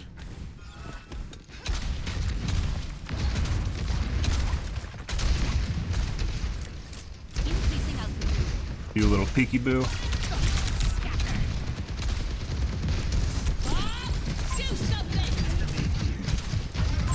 So far away.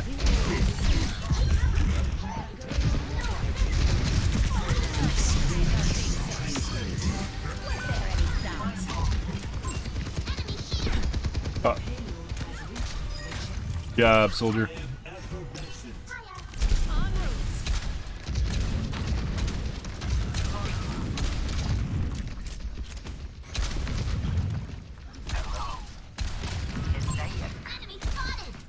Ah, yes, the Widow. Is that the soldier? No.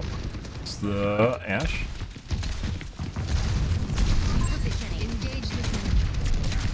Like your first missile went through him.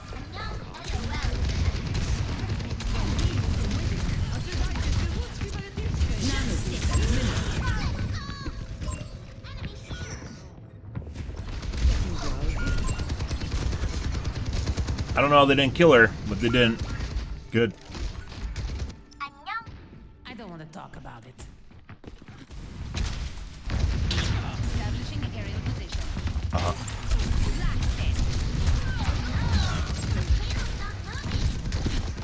This looks like a pre-made. Yep. Too stupid to actually fucking go behind cover. Good. Insane accuracy though. Weird. Did Widow die?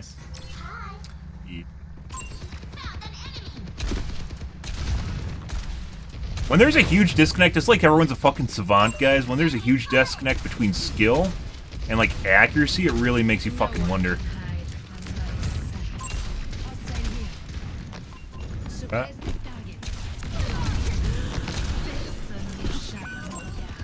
Where's the medkit? There it is.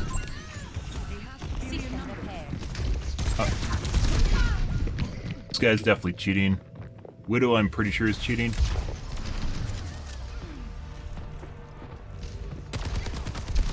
Good.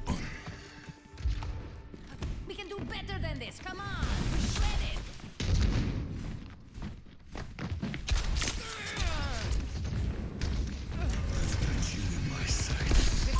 Enemy over here.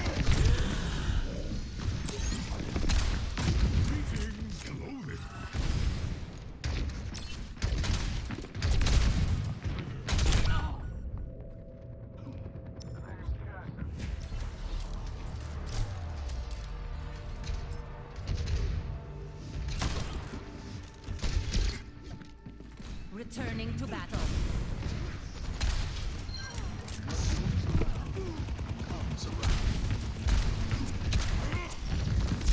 Positioning.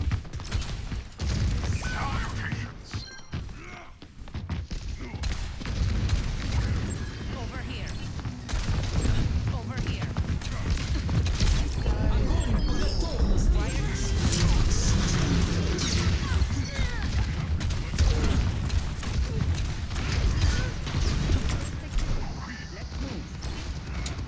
I didn't care.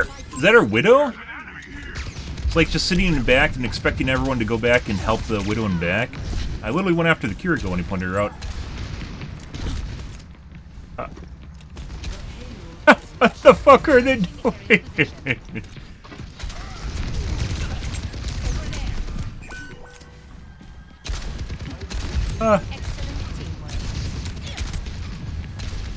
Can we banister him? Kind of looks that way.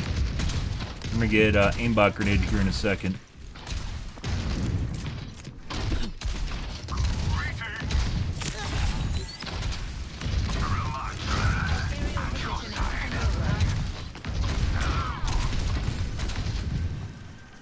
Okay. Not my wallpaper, I don't know what that was.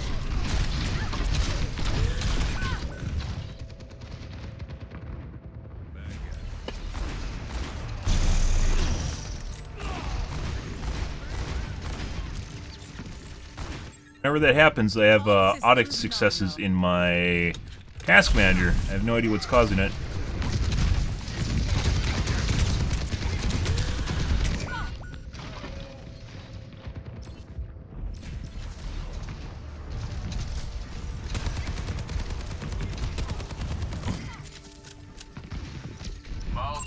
The skies await. I've got you in my sights. Luck.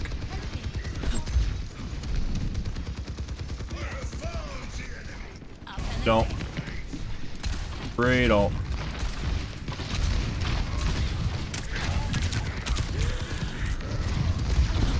Looks like the soldier has a bone mesh aimbot with the minimum lock distance. Yeah, good job.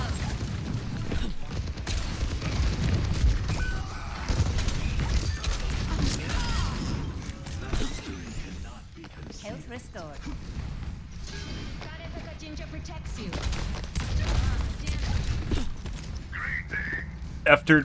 I didn't F her.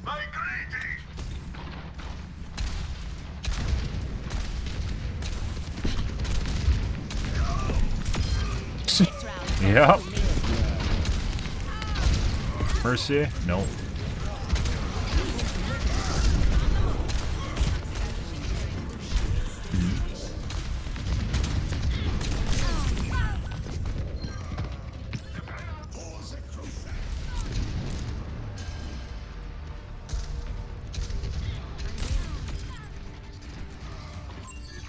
Like the Ashe earlier in the match? These guys, I don't know about our team, guys, but the enemy team is basically brain dead, but they have insanely good fucking accuracy. Specifically the Widow, and then also especially the soldier. But as the match went on, the Ashe got a lot worse. It happened about maybe 3 minutes into the match. The Ashe just turned into a normal player again. Actually, I take that back. I don't know. The Widowmaker was hitting shots, but it was fucking terrible placing. She died to a Diva Bomb in an open window because she decided not to duck behind the cup for cover. And the fuck is that? That was the Ashe. No. Soldier 76 was definitely cheating.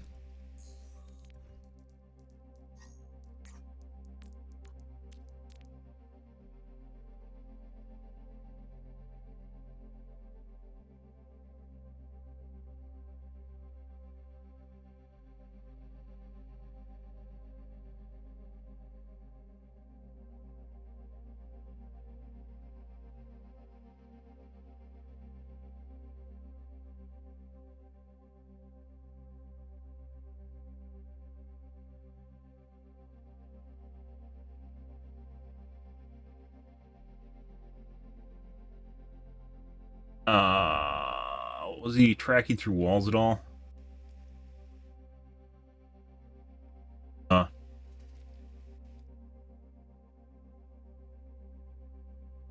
Widow or the Ashe, I'm very certain was cheating at the beginning of the match and then toggled out for some reason.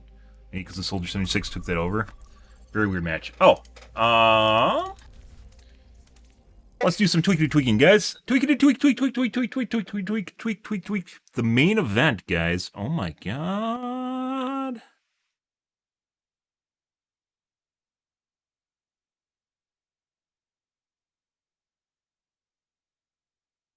Okay.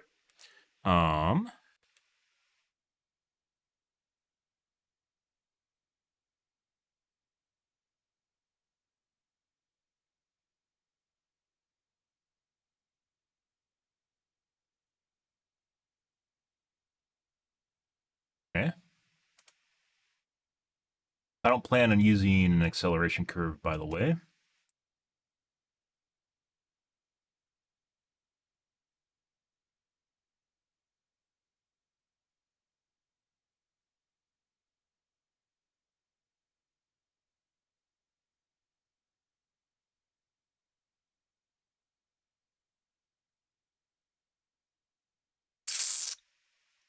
Why would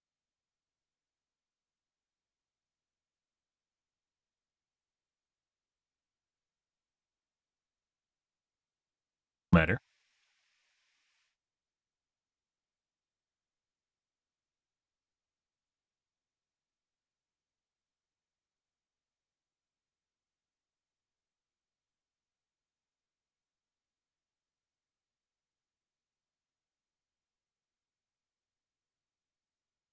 Now we have to reboot. Good.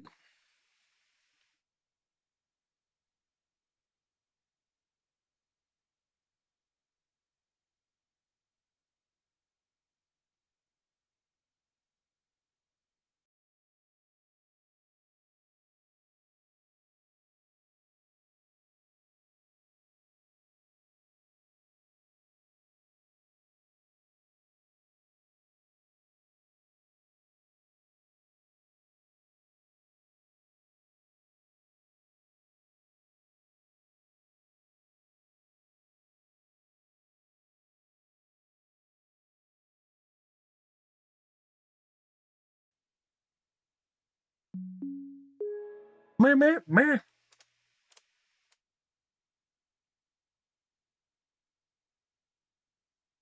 Okay.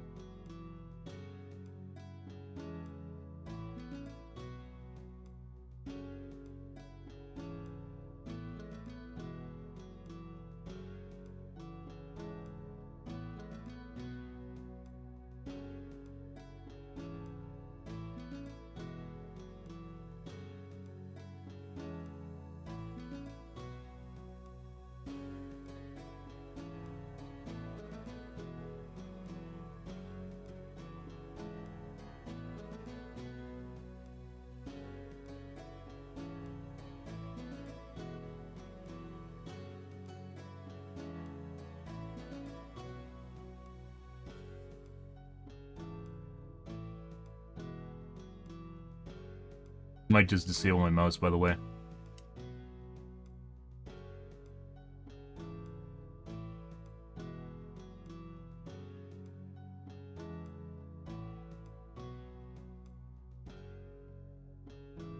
It definitely disabled my mouse.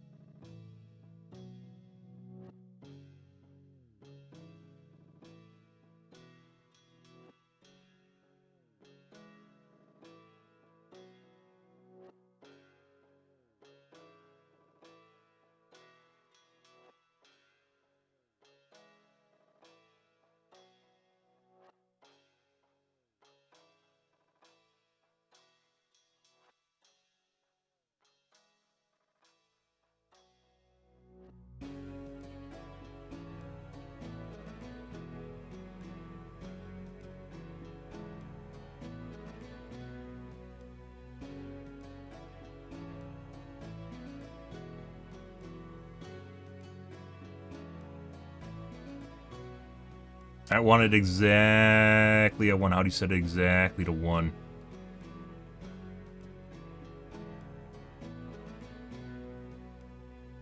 Fucker.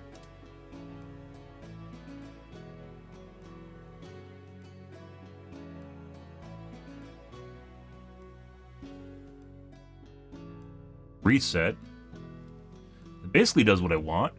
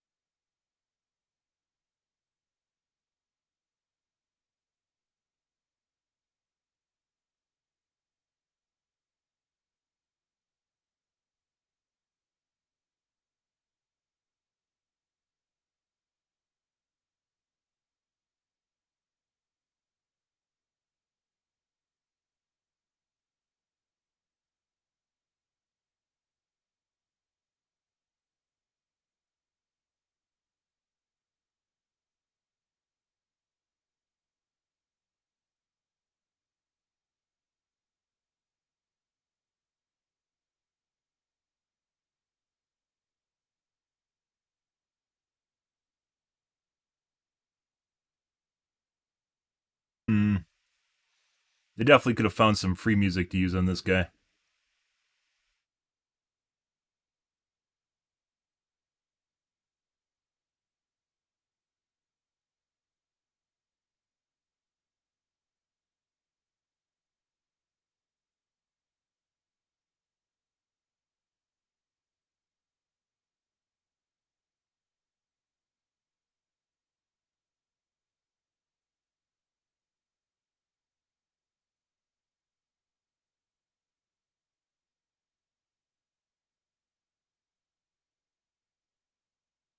Huh. Okay. I don't think this is going to do anything, by the way. We'll see.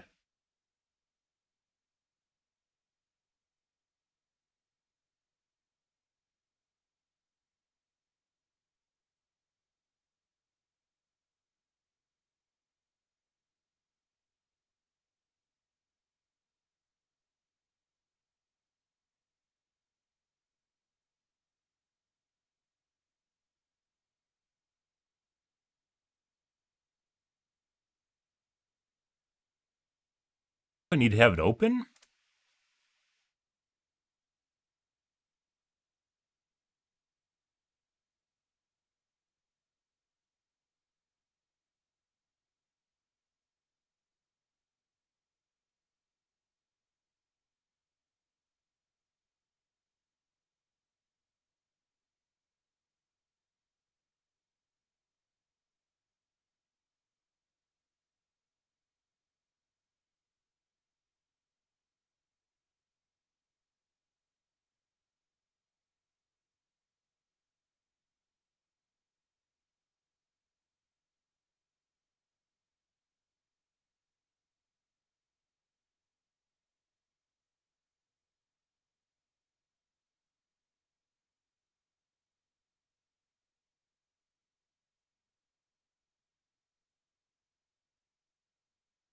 Have it open.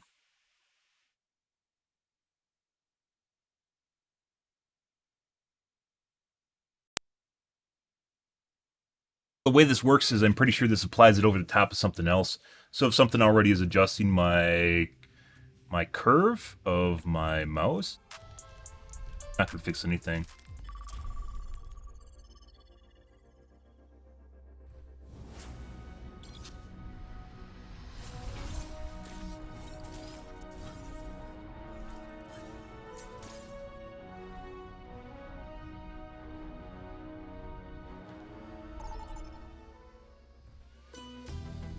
Welcome to Ishvaransa. Prepare for battle. Select your hero.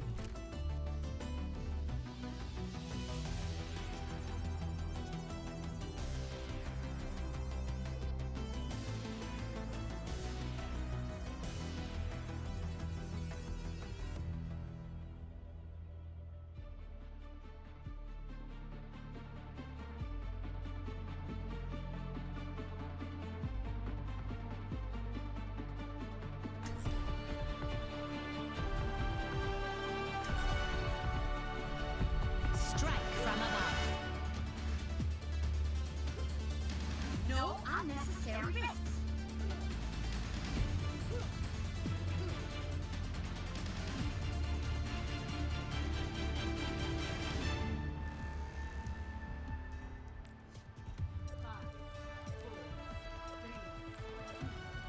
One. Objective unlocks in 30 seconds. Reporting for duty. En route. One thing I have noticed, guys, since I've started with Windows 11 is I used to get exactly 480. Increasing altitude. Well done. Excellent teamwork.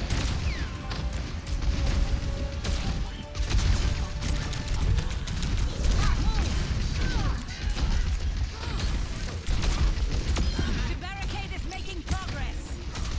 Only a matter of time. We get toggles. Toggles.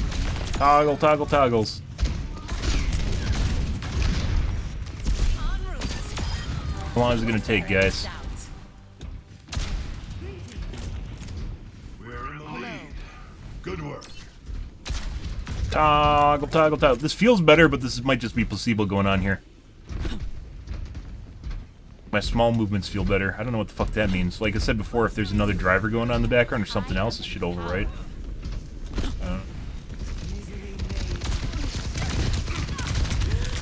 Very, very accurate soldier now. And me too, Farah. Enemy over here. Barricade's moving. Forward score. That's 3 directs. Over there. That's not gonna work.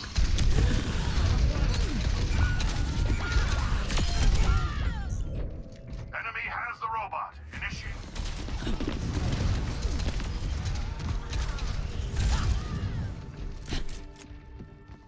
The skies await. You cannot escape me. Feel strong. Thanks for the assist. Pretty certain we got a sus-ass fucking Soldier 76, guys.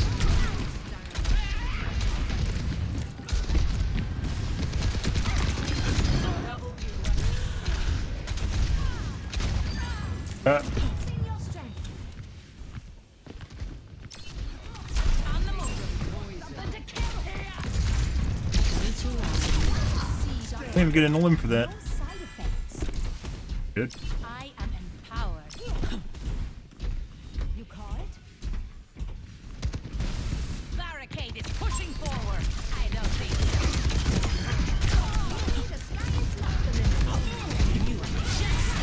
Thanks for stepping into my shop.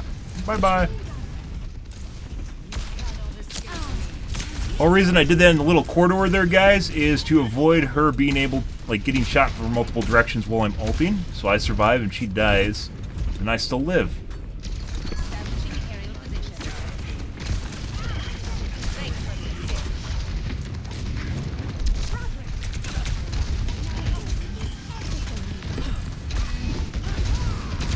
Fucking red on my screen right now.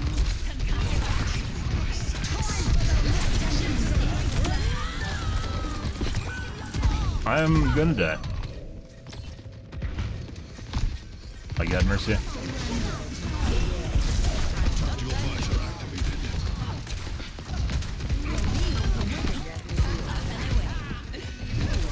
Hannah over here.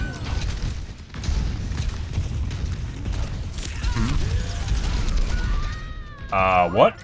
Was it random? Did he miss?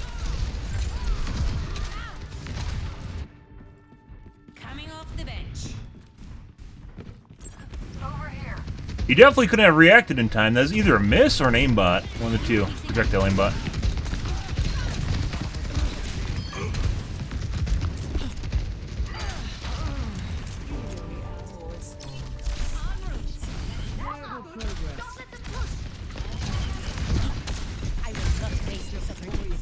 Robot secure. Repeat. Robot. Bad move. On the move. Enemy over here.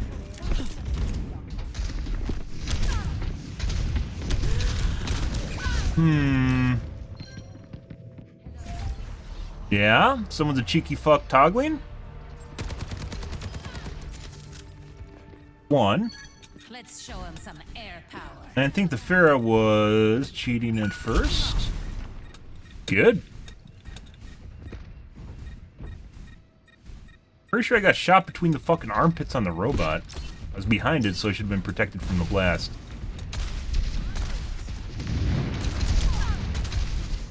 Huh. Yeah. Not smart enough to actually shoot for AoE on the sides, but can hit directs. You roll them over, guys. Pharah is 100% cheater bait. We've talked about this before. She is fantastic at baiting out cheaters.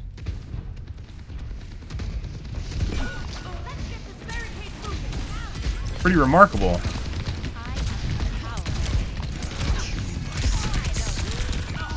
Pretty remarkable how players will get run over and they immediately ego toggle. I guess maybe we should call it instead of rage toggle. It's not technically rage toggling. It's not like they're sitting spawn and spinning in circles. Ego toggle?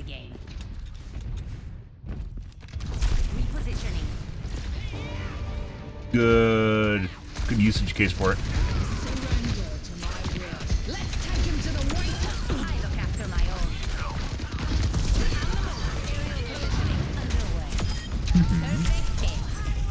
Luck.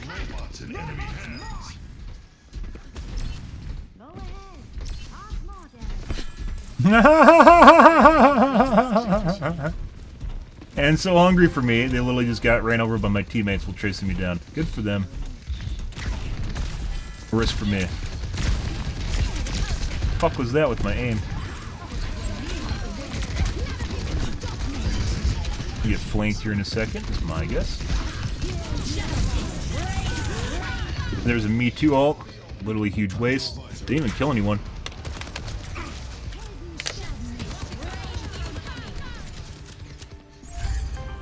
Could have actually used that to kill anyone on my team. And instead chose to try and ult me in the air with their ult, which is a horrible idea, by the way. Uh-huh.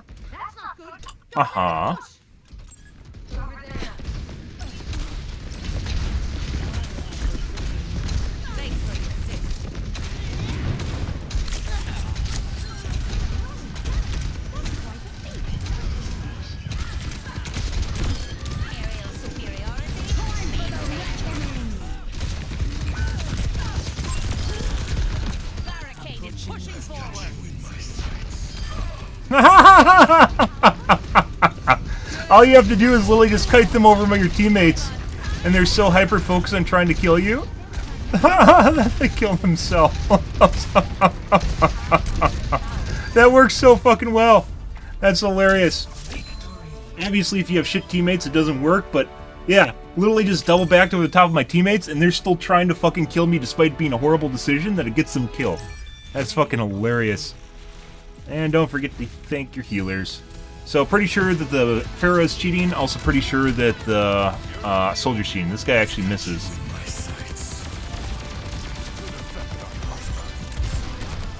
Yeah. That's fucking hilarious. Alright, let's take a peek real quick here.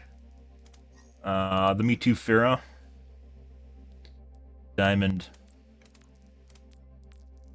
We don't care about that, though. I'm more interested in their accuracy. There is no... By the way. 33 and 14.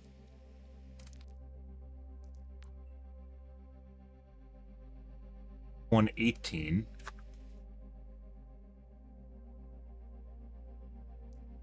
Anyway, like, the shitty thing about stats is you can't break this down based on time period. So you can't look at their current stats. You can only look at the stats of their entirety of their... They have 10 hours in Pharah overall? No way.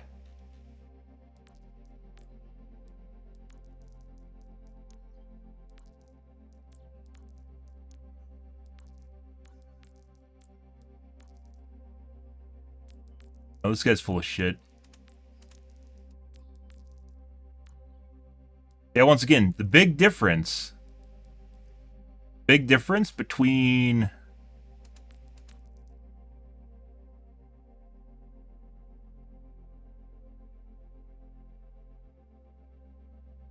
someone that's played Pharah for a prolonged period of time. Like, he could have hit me off the backboard and chose instead to try and hit directs and shoot into the wall in front of me. Pretty sure this guy's garbage. Or cheating. Excuse me. And hitting direct shots. Constant. Well, not constant. Yeah, I'd actually say constant on Pharah. 3 hours. No, he can eat my dick.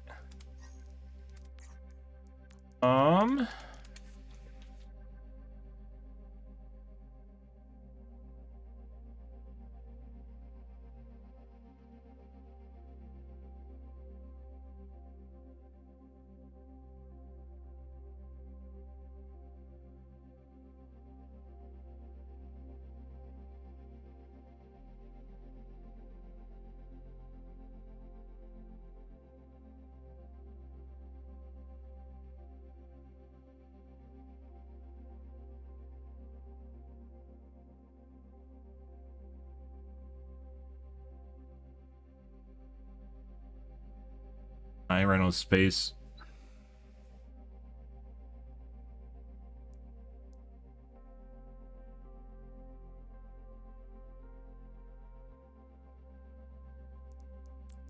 Okay, and then we definitely know the not showing up as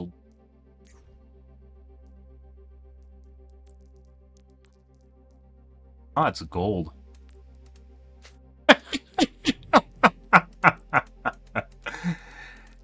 Oh yeah? This is a golden plat. Yeah, this guy's definitely cheating. That was... Unless something got fucked up here. Our soldier actually missed, but he also did pretty well. Immediate fucking toggle from the Soldier 76.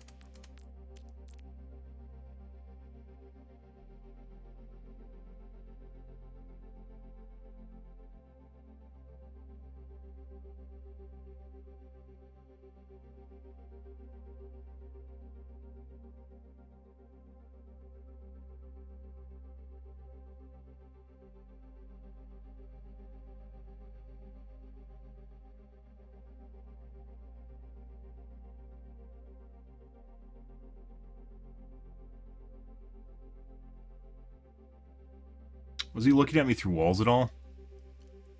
Besides the cheeky shit the Farah did, like it didn't look like they had a wall hack at all. Well, actually, they tried to shoot me through the walls, so there's that.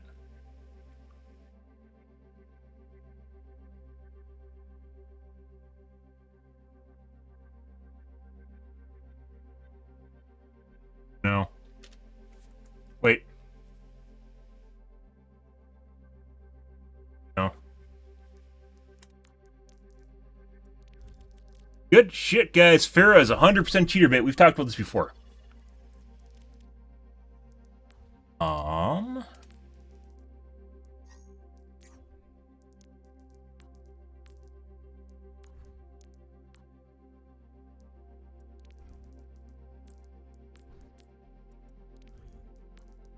And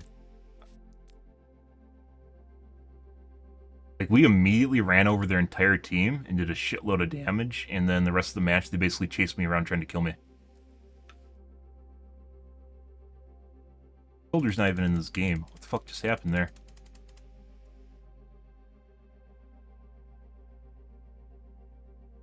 What?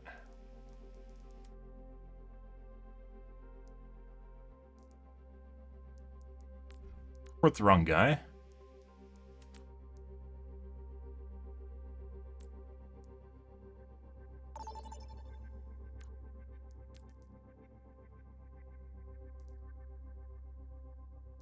I think I reported the wrong guy.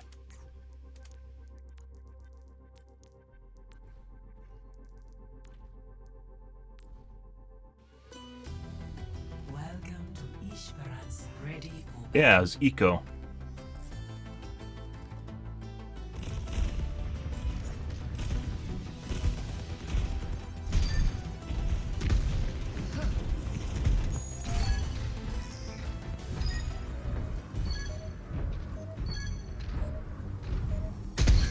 Or the wrong guy.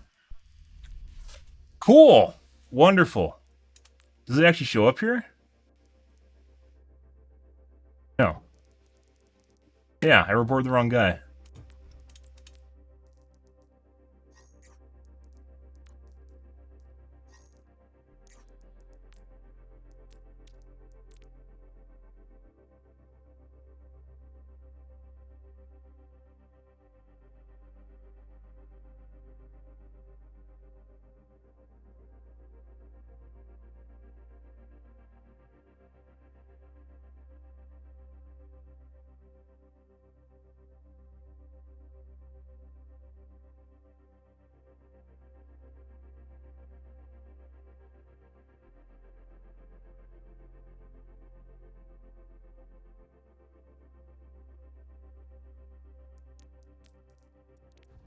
Game.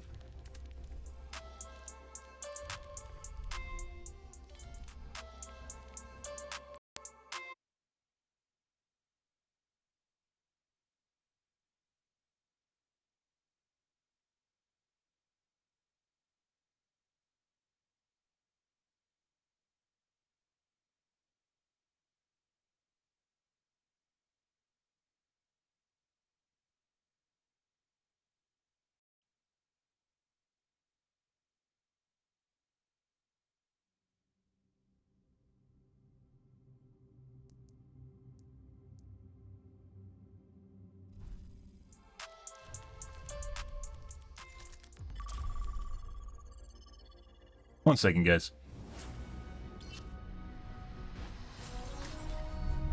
Strike from above.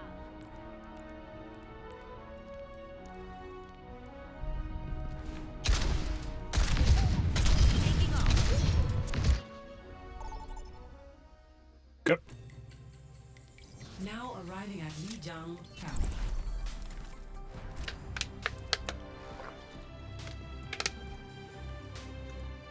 Go to sleep. MF. No. Go to sleep.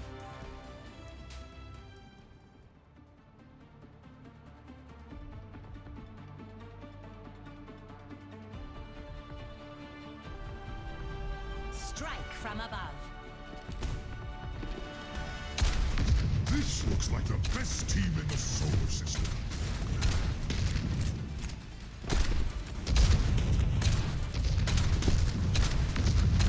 Alliance means going where outcomes are uncertain. But I am certain that we're going to have a great time.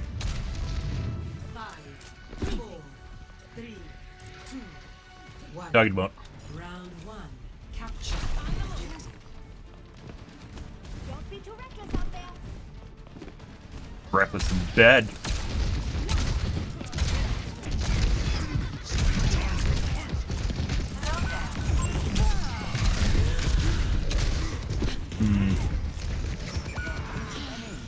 I wonder what the Mercy is doing over there. That guy's waiting for me to come around the corner. Good. Looks like we got a cheating soldier already.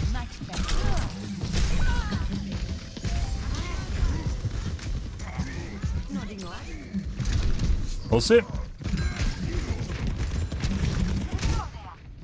The skies await.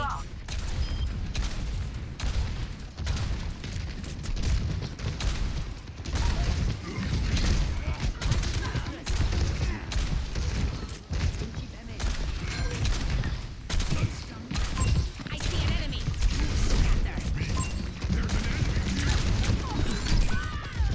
Auto cleanse? That cleanse hit literally right before I was about to kill the soldier. They really need to get rid of invulnerability on this shit. Very certain the soldier's cheating.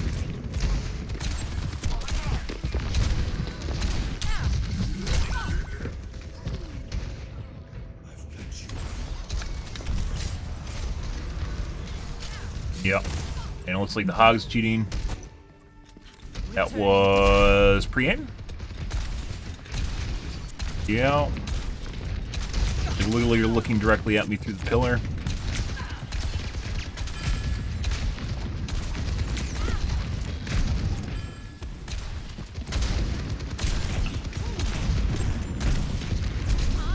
Oh, I missed.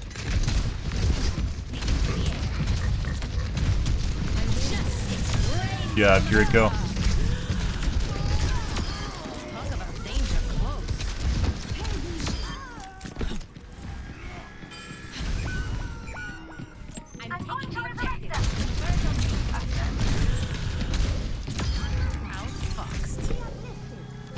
I think he's up top.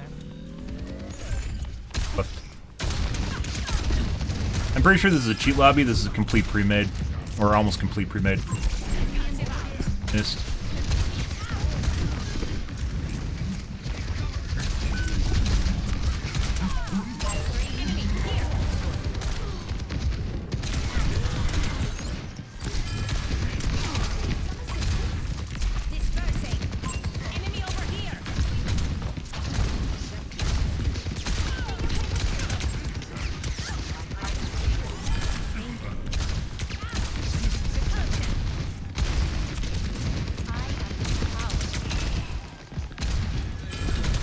Ball to aimbot.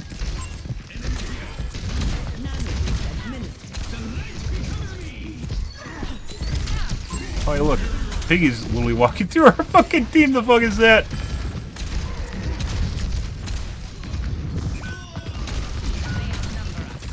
That's not good. I don't know what he's doing there.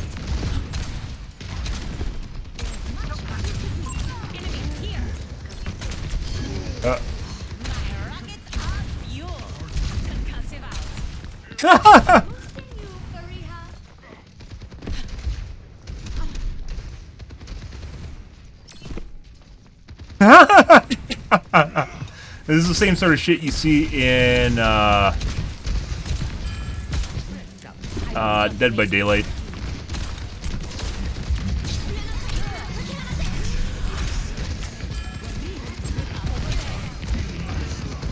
Okay, bye.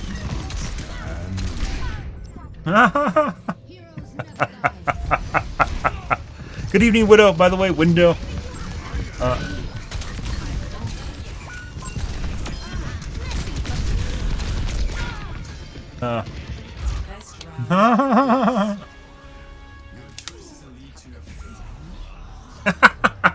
What do you say? Another tank that's too fucking stupid to understand why you kill tanks. Tanks are really incredibly important to their team and the pressure that you play.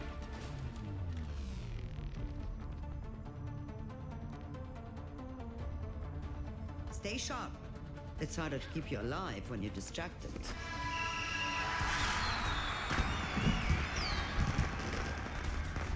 There is always room for improvement. Yes.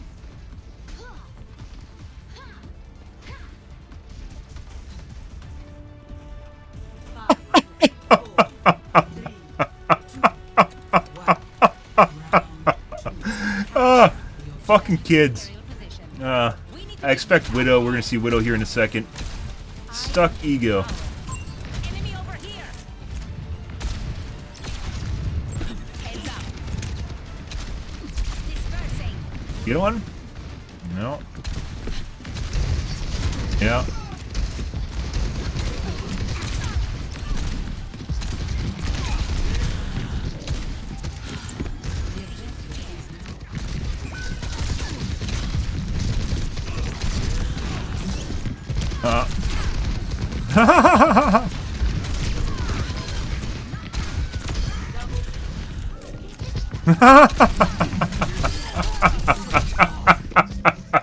They're just following me around. I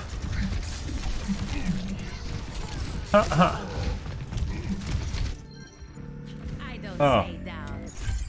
Aerial positioning underway. Who hurt you? I just hurt you. That has to be the best comeback to that ever.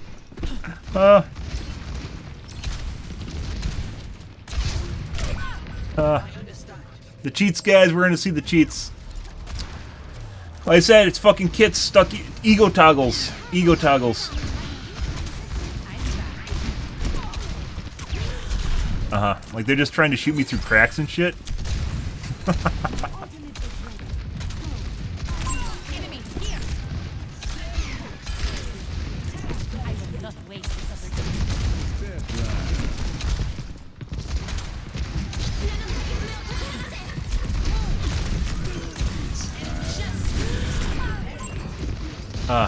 It's literally a pre-made too. Like they're timing ults with each other to do certain things.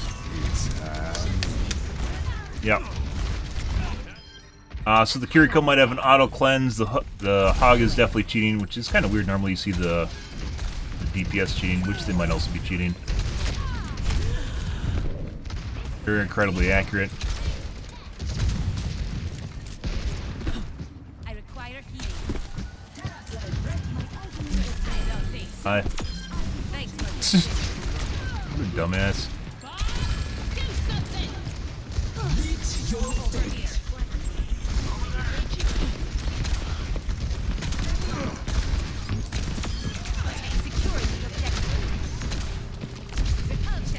Get anyone? Yes, we did.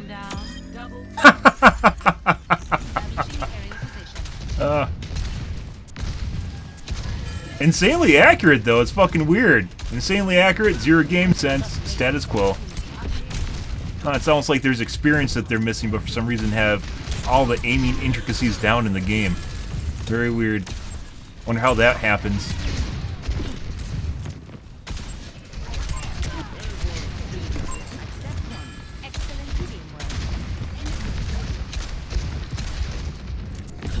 Try and do this a little bit different.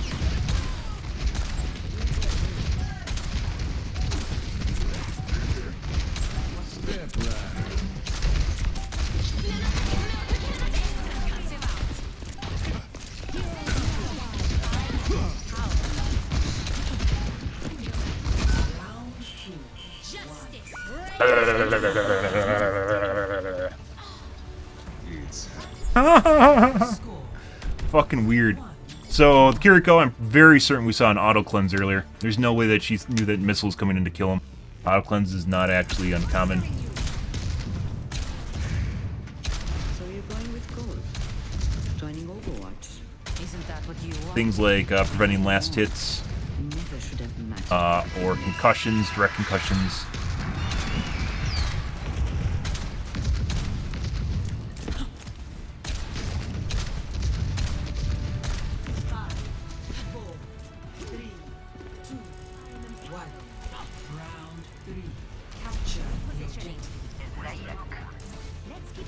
Thanks for the assist. To be fair, fucking DPS is incredibly accurate, but where else getting heals right now?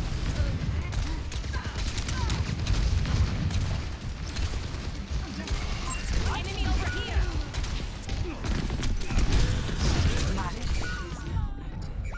Thought he used it already in the hog.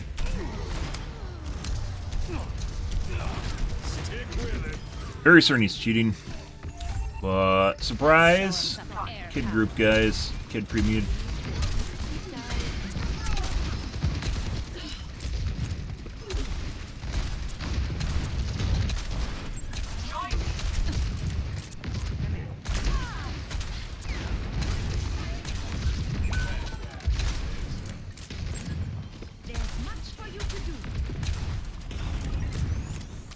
On the move. Establishing aerial position. Go in here. No. I was coming over before I even landed. No. Good. Time to kick some tail. Increasing altitude. Do it again.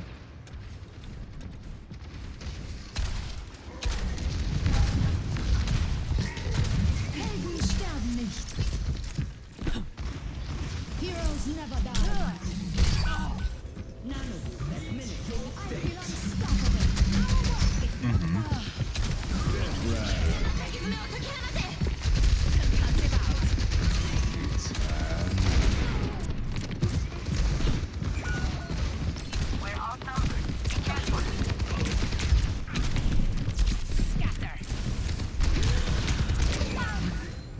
Uh-huh.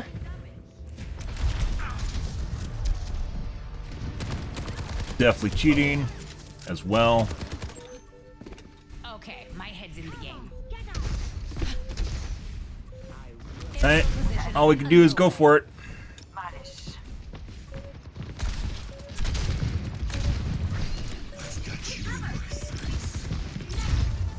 Make it. Yep, that's a pre-made, and multiple people are cheating.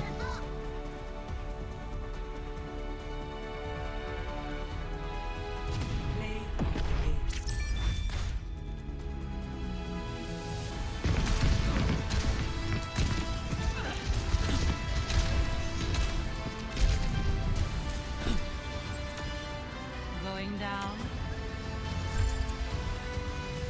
That's definitely a pre-made, and they're all grouped together. You can tell by how they're maneuvering around each other and calling, making callouts of voice comms in quick play. By mind you, that's not actually not a count match.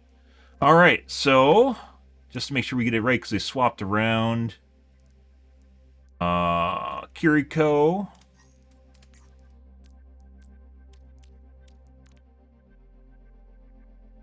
Was it round 2? Let's take a look real quick here. And take some unpacking. Let's see when that was. Ready for battle.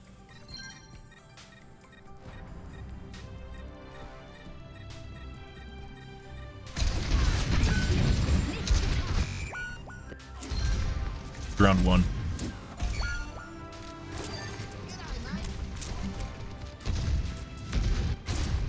What's up?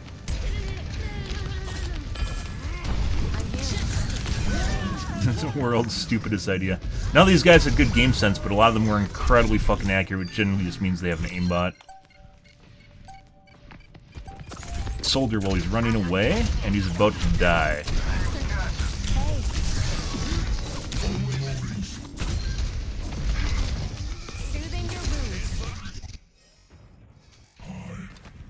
Only thing that looks sus about her, but auto cleanse is not uncommon. I think we're just gonna have to watch this 2x. I'm gonna waste a bunch of time here.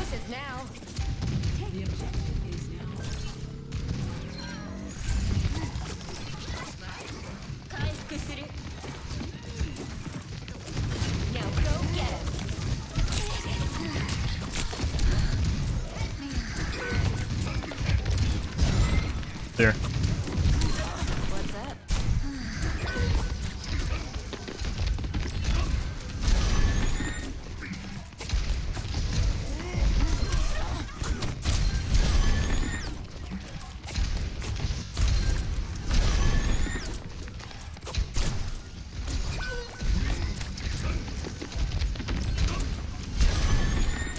No way.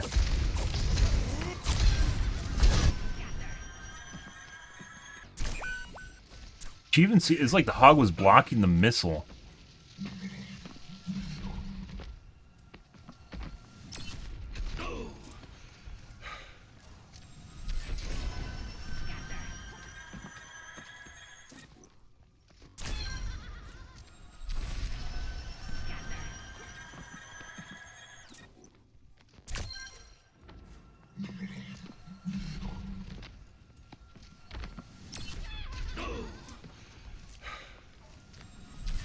It's not even on screen.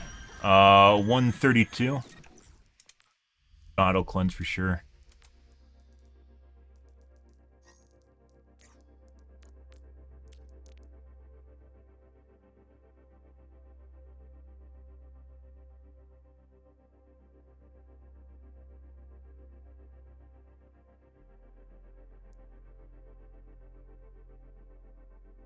That.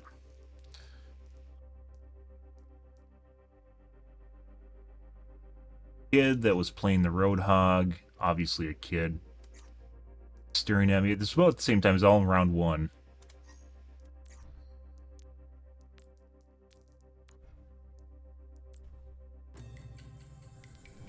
Ready for battle.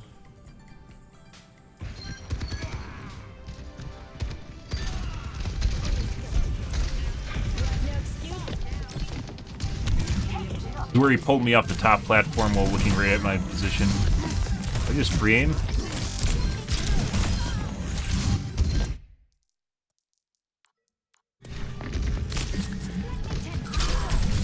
He definitely has an aimbot.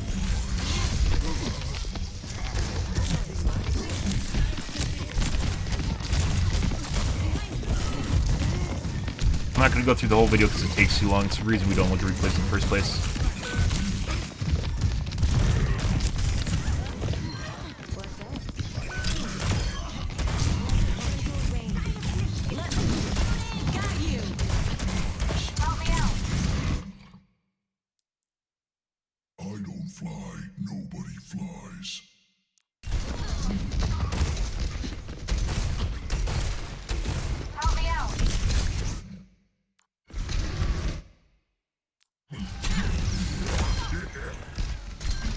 He did have a lead on it, though. It wasn't direct. It wasn't blindly looking at me through the top of it. Definitely looks like he's eyeing me up, though. Help me out. Wall behind the pillar, which is what I noticed.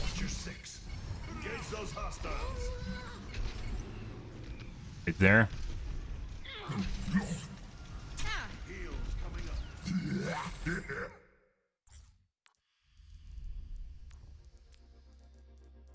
Hug.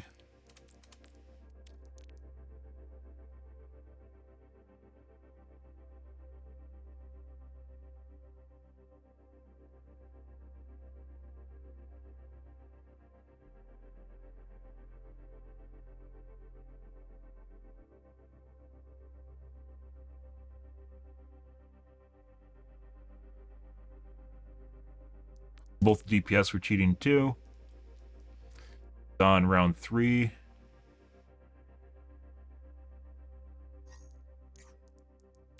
Immediately cheating to be in the match.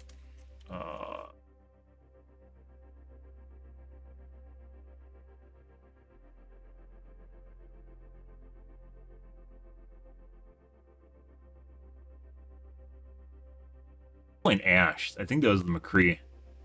He was the other guy who was playing Ash at one point and was shooting me from the long side. By the way, you could tell that this is a pre-made, purely based on, maybe the Roadhog wasn't together with them, but people usually will not admit to them being in a pre-made because they know that gives them an advantage, and no one ever has an advantage in the game, right? We're all on equal footing. You could tell based on when that Roadhog, but that might have also been an auto cleanse again, the Kiriko ult with the McCree jumping in, I think, with the Ana ult, and then the moment I queued, he got an auto cleanse on top of it from the Kiriko, but that could have just been auto cleanse.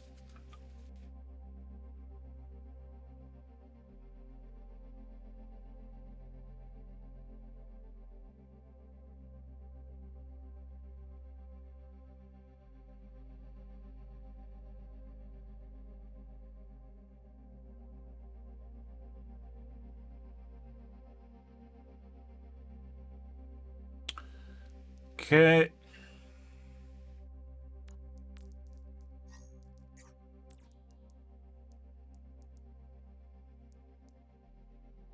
Ash. So that guy was shooting me across the way in round 1, all the way on the other side of the gully thing with Ash.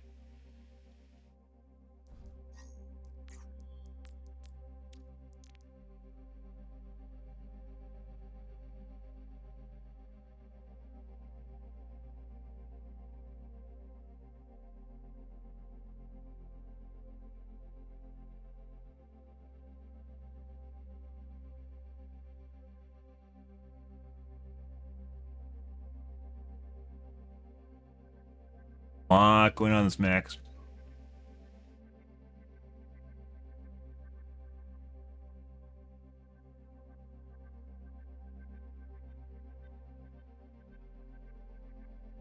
Good shit.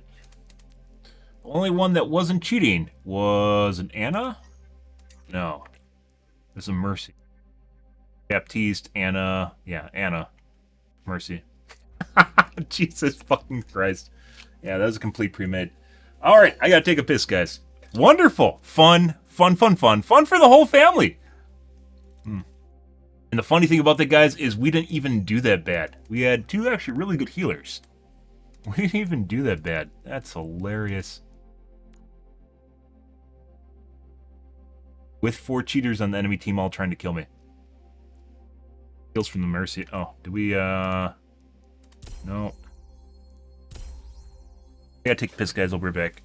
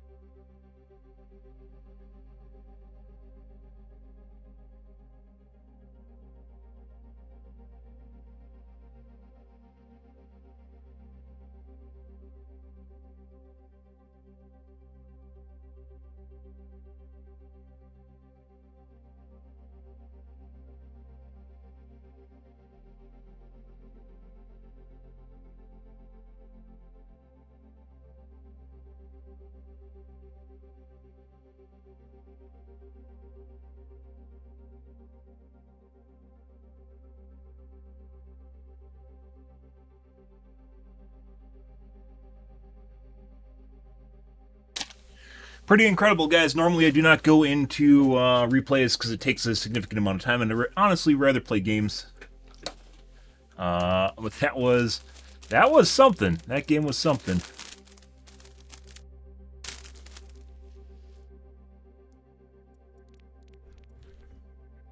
Explained to him why he's an important asset to his team, and he just came up with bullshit back. Explained to him why killing him is a good idea. And then he said, I'm cringe, and I think that I was projecting, which you don't understand what projecting means, by the way.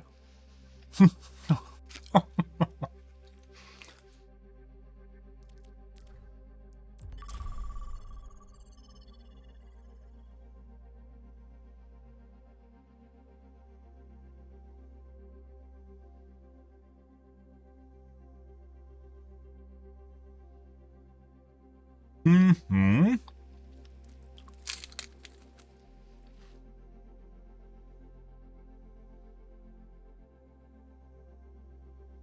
Looking good, chat.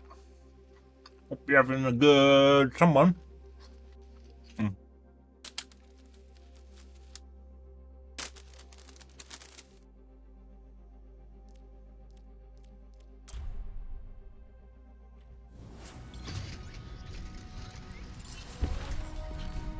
Strike from above. Taking the air.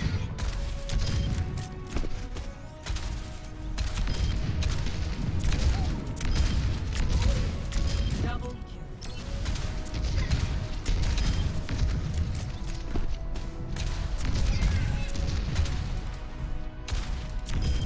You weren't watching the skies. Double kill. All right, next game. Welcome to Circuit Royale. Prepare your defenses. Oh, Select your hero. hey, crazy.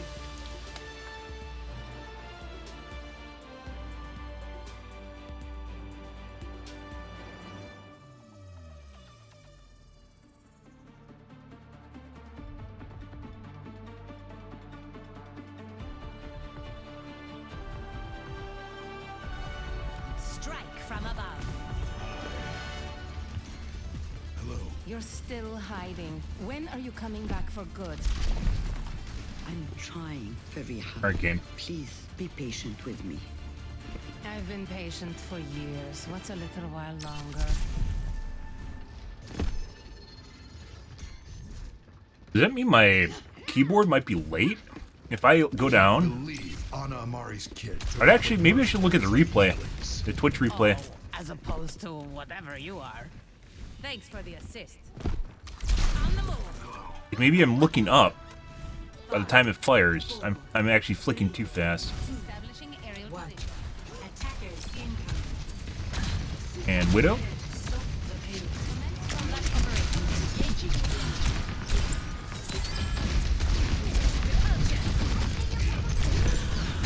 Very accurate, McCree. But we got it back.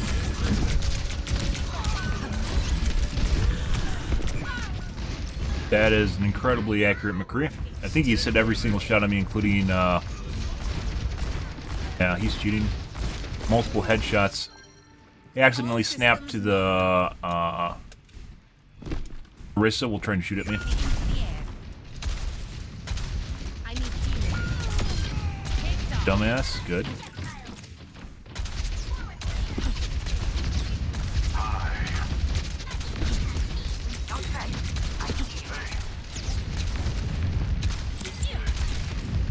Dispersing.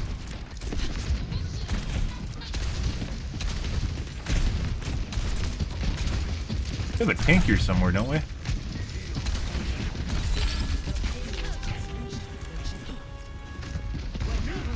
Didn't even go to the point. God. Tactical visor activated.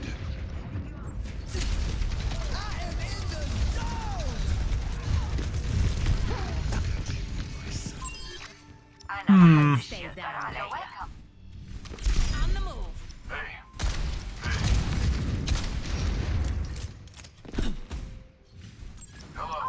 One of the nice things I like about playing Pharah is everyone just immediately takes everything you're doing seriously. I was playing Mei earlier today, and there's a lot of cases where there's people cheating, but they don't cheat. They just cheat as much as they need to win. And Mei is a very weak character, relatively speaking. Unless you have teammates that can play heavily around her. Yeah, he's cheating for sure. He's literally just looking at you through walls and shit. I don't know about the Junkrat. On the move. Not even trying to hide it. She just starts shooting you through walls too. Why even stop when you're behind walls? Just hold down the button for efficiency.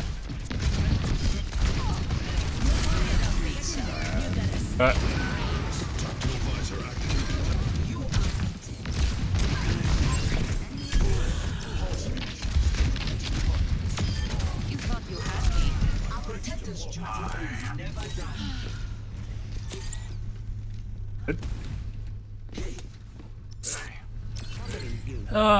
Good. Good.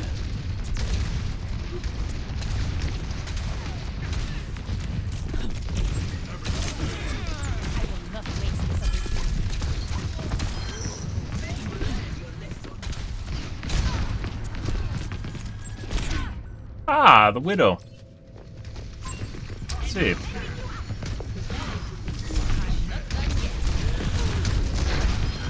That is... She's trying to fucking jump shot me now? What the fuck? She shot someone else. Making another approach. Repositioning.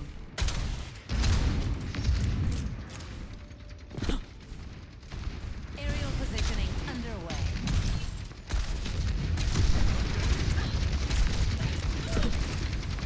Thanks for the assist. Oh, can we palm tree tech him? Too late.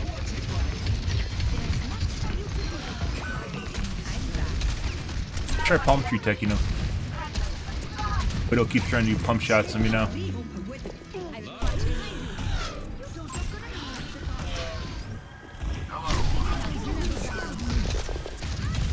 Reaction bear. Amazing name. Shit game sense. Palm tree tech? Oh, we got pushed in the open.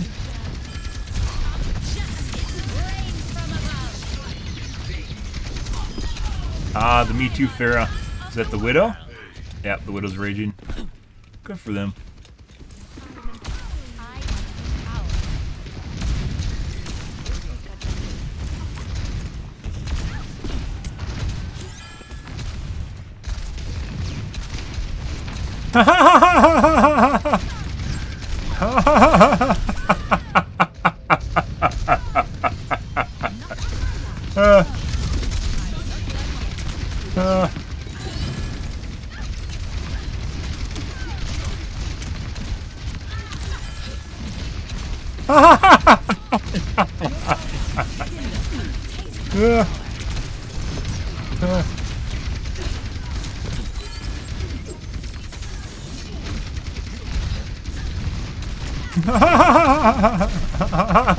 I can't fucking.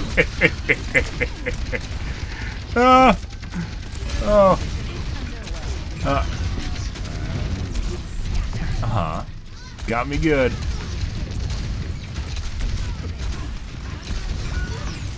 God. And I still have to fucking deal with this shit. I get shot in the back while this is going on. Fuck off, dude. Like, while this is going on, I have to fucking deal with the fucking McCree. It's literally a Farah with the stick up their ass trying to come after me.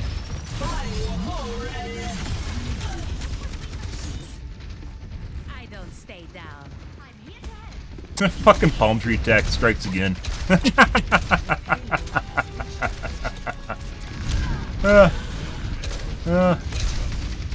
Fuck off, dude. Literally have to deal with an aimbot McCree and this guy's just constantly riding my dick. Unbelievable. Always more to learn.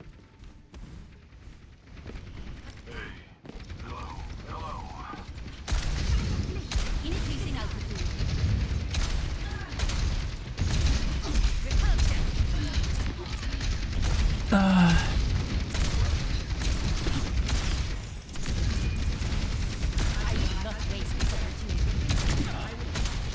Banister teching him, so his aimbot generally only locks onto my chest or head. As such.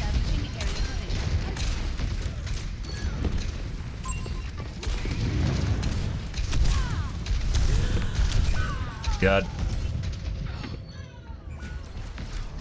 Someone has an aimbot.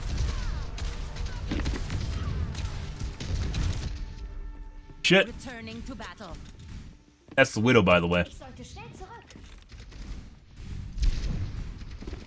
and away. Do it again.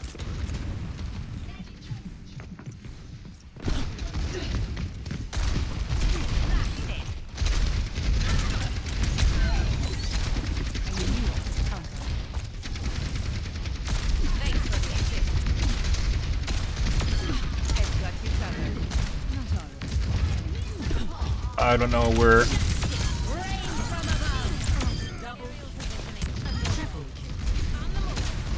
McCree is, but as long as he's dead, that gives me an opportunity to actually do stuff.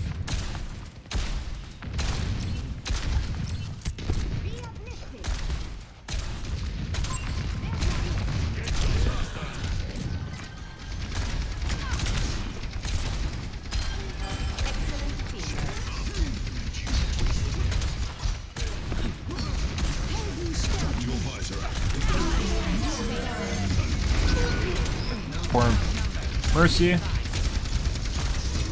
Good.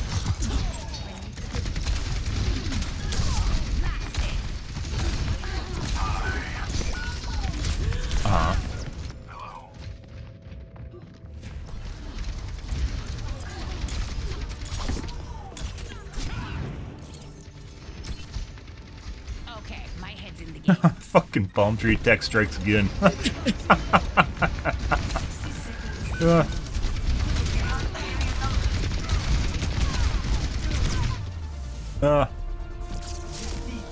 Okay, so both of them were cheating. The Widow toggle, I guess, is one that started with the Widow. Otherwise, McCrew is cheating all match. And same thing on Pharah. I've got you in my sights. Couldn't have.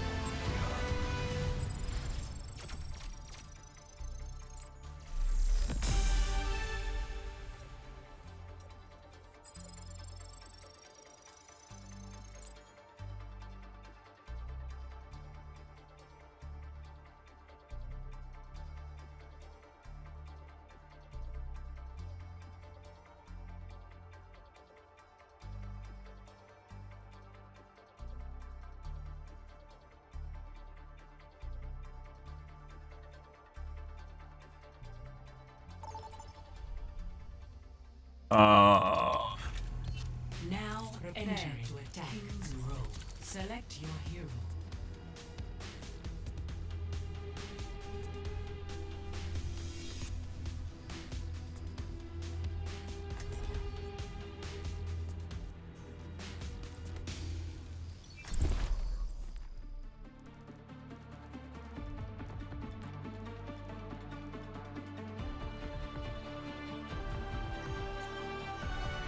Strike from above.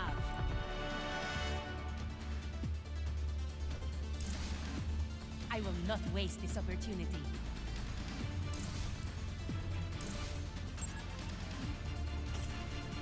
If you ever need help, just fly to me, Angela.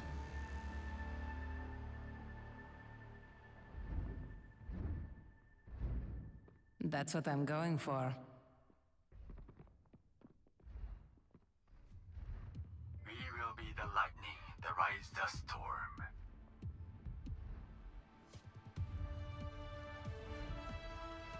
Five, 4, 3, 2, 1.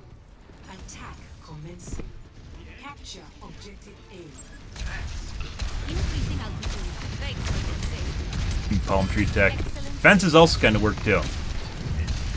There aren't many places with fences. Some maps have fences in them, so you can do stuff like that. Depends on how their aimbot is configured.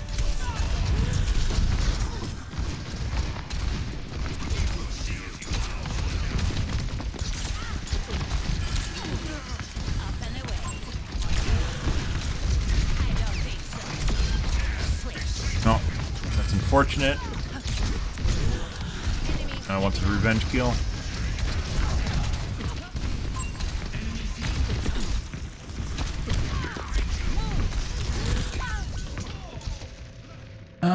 We just ate a Baptiste, like, brain shot to my brain. It took all my health.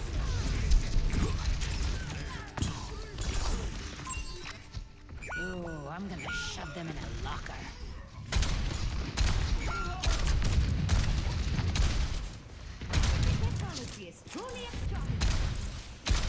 I will not waste this opportunity. Fucking hate kids, really do. It's not really like older kids, like generationally older kids, it's the new kids. Maybe I'm getting old. Like the more cheating, that was a headshot that didn't register, by the way, you guys just saw my screen. The more cheating I see, especially with the young kids.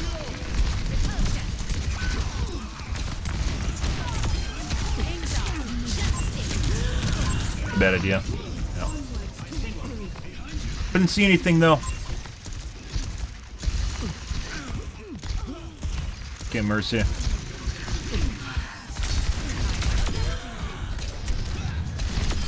What direction Oh.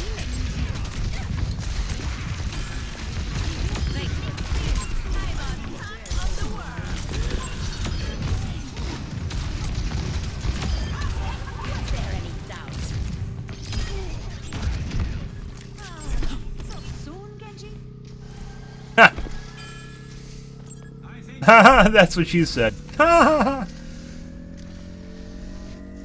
Your end is within my reach. Objective A captured. Escort I think part of that's developer zone. Developers are basically ran by companies. Like, there's no deterrent. There's no deterrent to cheating. People are going to cheat. Anti-cheat's not cutting it. It's not tied to your real-life account, which it needs to be. So you have a gamer ID. So when you get banned, it sticks, and you're just gone. Or they could even make it so you can get unbanned, too. The reason there's zero tolerance for bans right now is simply because people can just come back in another account.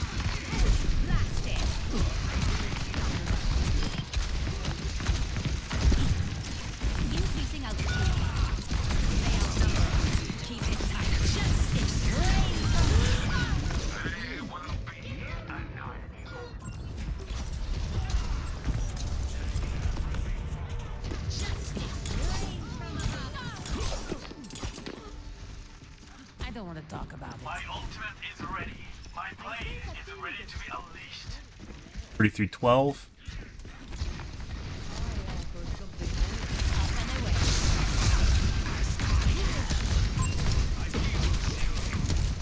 Enemy over here.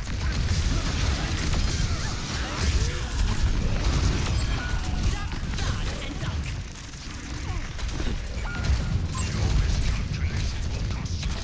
That's 3 directs. Come here and I will Health restored. Taking off. My ultimate is ready. Professionalism, Doctor. Scatter. I will not waste this opportunity. Do your thing, Ranger. Excellent teamwork. Repositioning. My blade is ready to be unleashed. Establishing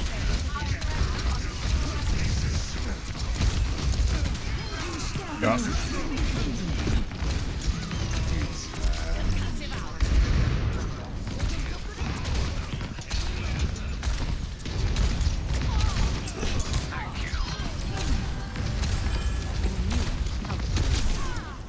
Repulsion.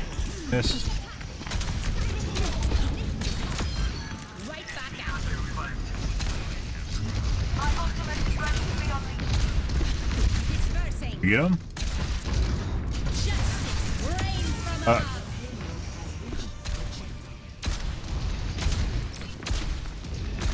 Oh, their tank is staggered. Concussive out. I see an enemy.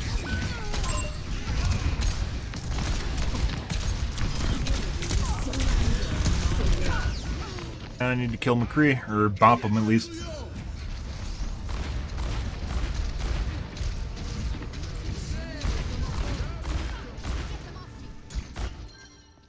Returning to battle. Good. My ultimate is charging. En route.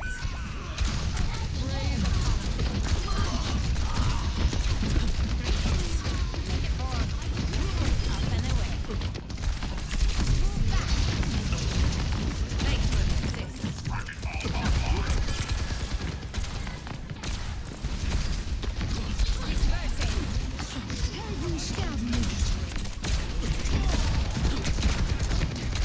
There's so much fucking red on this map, guys. It is so fucking hard to see people.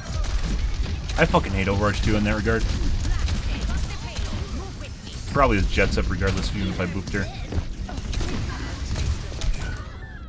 Line of sight it.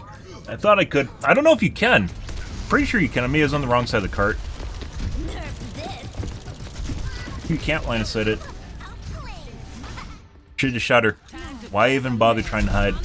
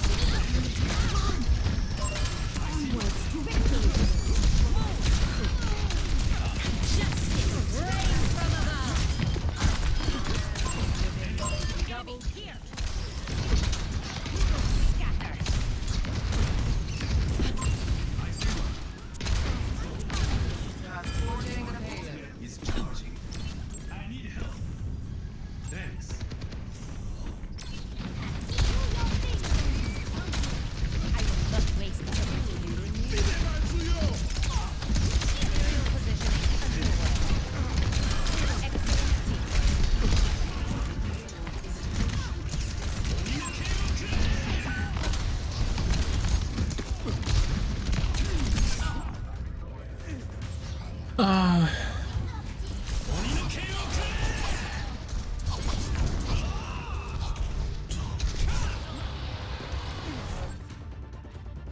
that on our team? I might just... Oh, no, that's on their team.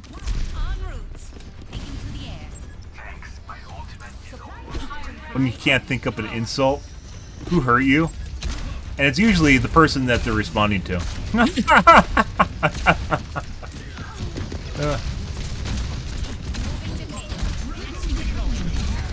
That's not where I want to go.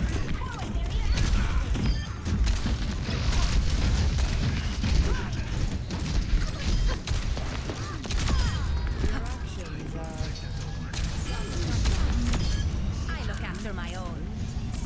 Blast it! I will not enemy over here.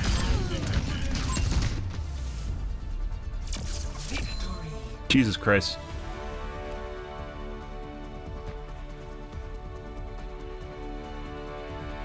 Am I in the center? Fun game. Okay. That's where I killed everyone.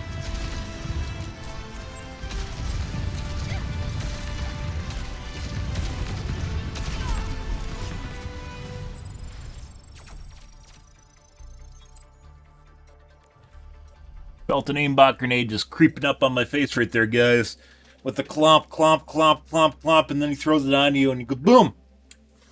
And you lose 130 health. 131 health, excuse me. And if he misses, it hits you for 65. Just cuz. Makes complete sense.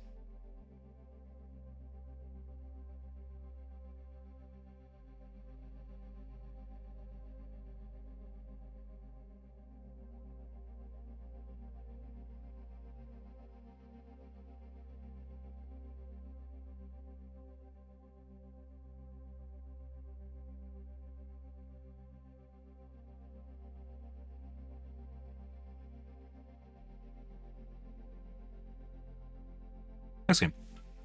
You know, up your speed up your Q guys by 500%. Enter the practice range.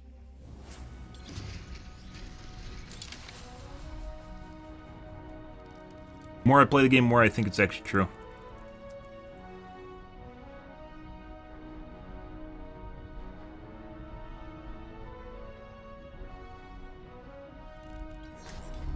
Like, the game doesn't want you taking up practice range slot, so it just expedites your queue.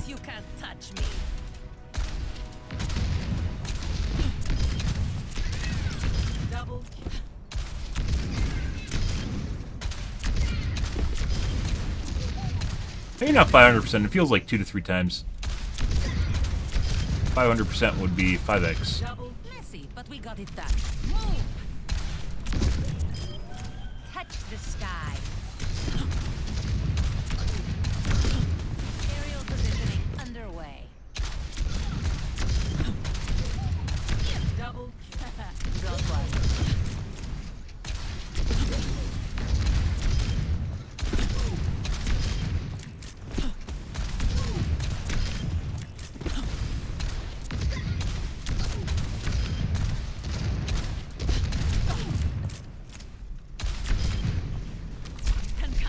You?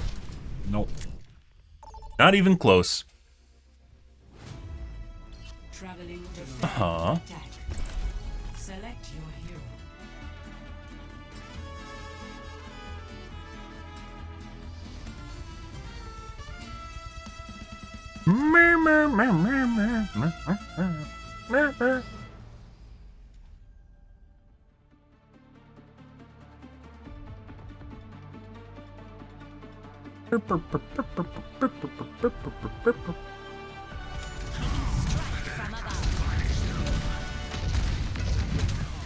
Our mission awaits us.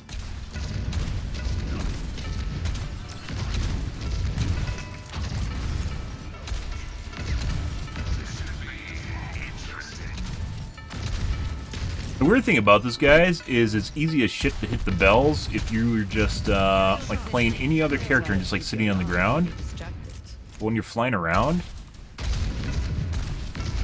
much more difficult.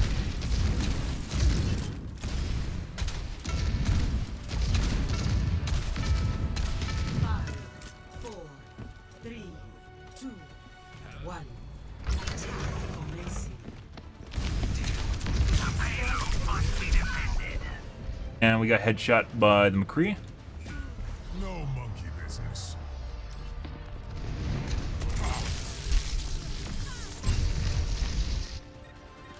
All systems nominal. Hostiles approach. Establishing aerial position.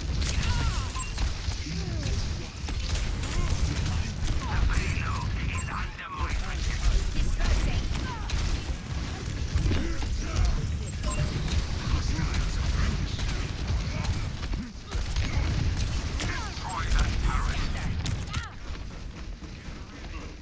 Increasing altitude.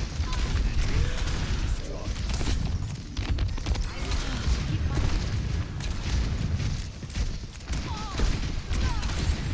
Excellent teamwork. Enemy here.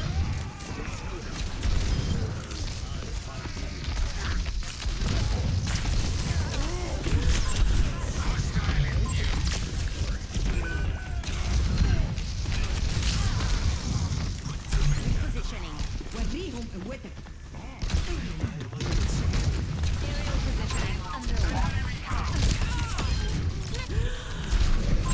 Enemy over here.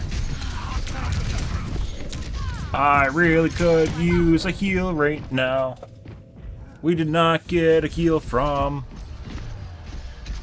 the Zen. We have another healer here somewhere. There's an Anna. Somewhere. Let's show him some air power. Defend the payload or they will take it from us. Enemy here. Oh.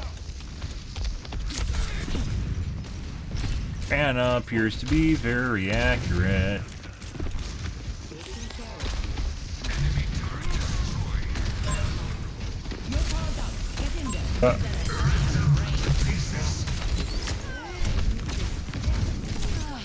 Oh my god, the fuck is that shit? The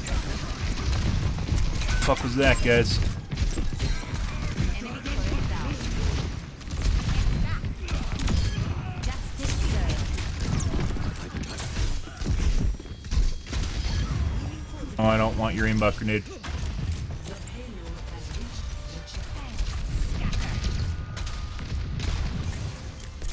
Whenever that fucking stutter happens, my aim feels different. What the fuck is that? This is so on my mind. Second time tonight that's happened.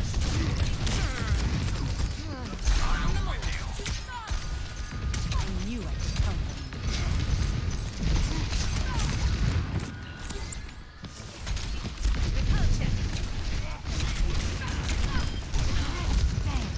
Enemy turret destroyed.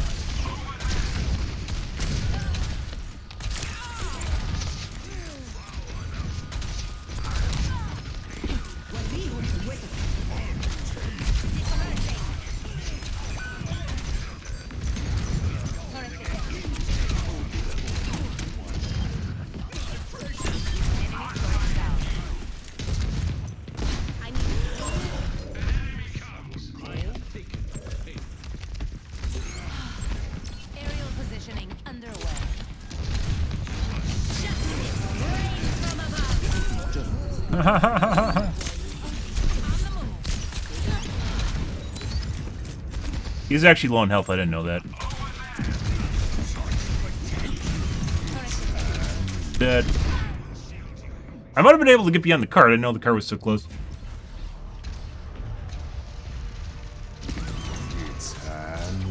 Yeah, that timing, there's literally nothing. I don't even think I could have landed behind the cart. Okay, I hit my jets maybe once. I don't think I would have time to hit the ground.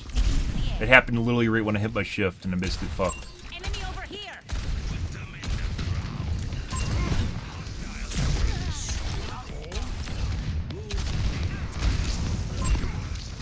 Concussive out.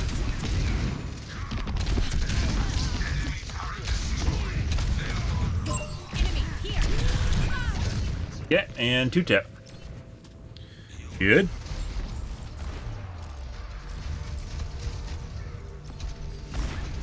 What did we just see there, guys, prior to that? Making another Kinda not really completely paying attention, but it looked an awful lot like he just snapped to someone behind the platform. I see. We got a toggle? We got a toggle? I love toggles!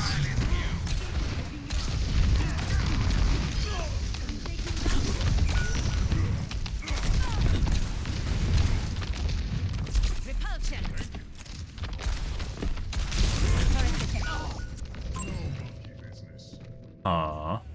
And pretending he does damage. This game really should show you damage numbers when you kill people. Fuck is it? What? All systems Okay. nominal. Up and away. The payload much undefended no longer exists.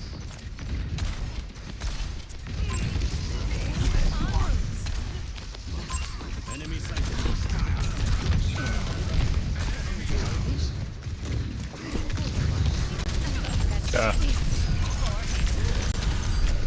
Right.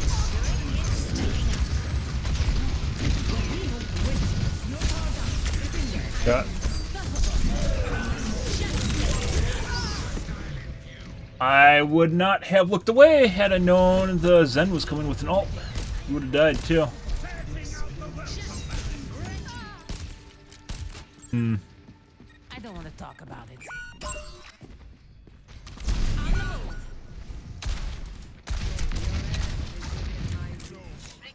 At your service.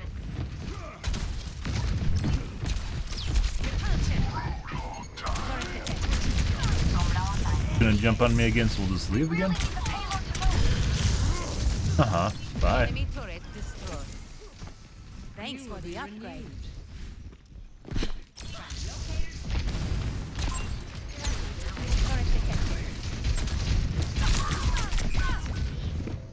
Good?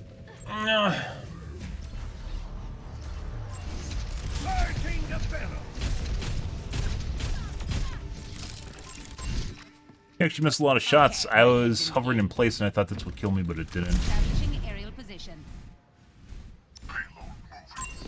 Hey! We have a tank! No way. Hit confirmed. Enemy turret down.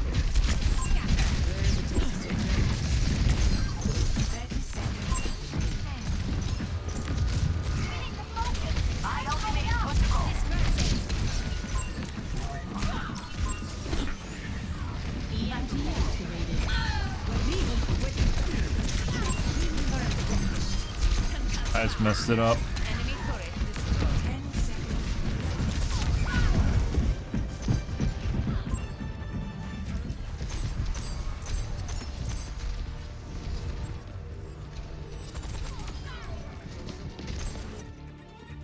Shake it off. Something's not going on here, guys.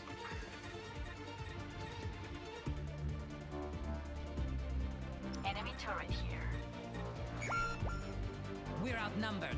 Be advised. Next game.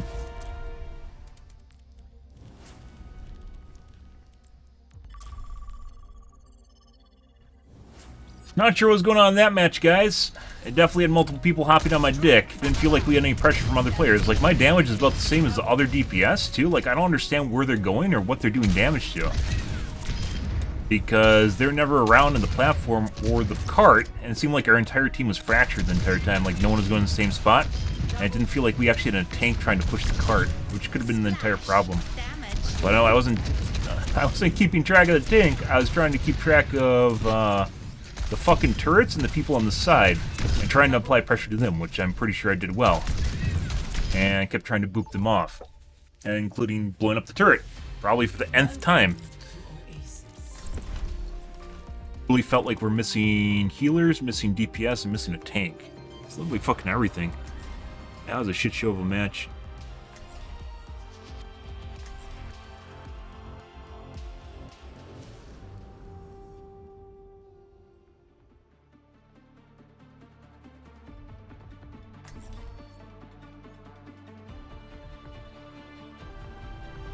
Strike from above. No unnecessary risks.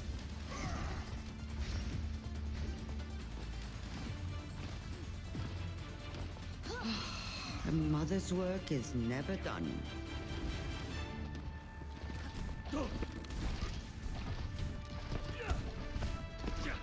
5, 4, 3, 2, 1. Round 1. Capture the objective. Jesus Christ, Mercy! Not waste Get away for half a second.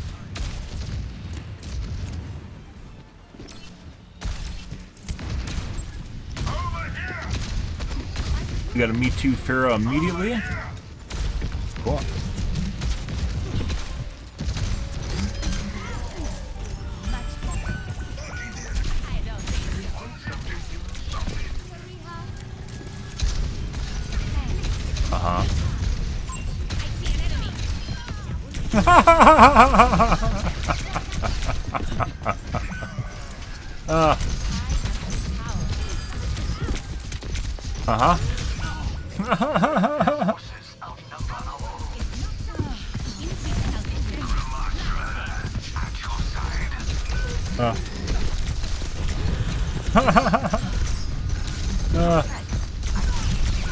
I literally have four. I have the entire team trying to kill me. Cool.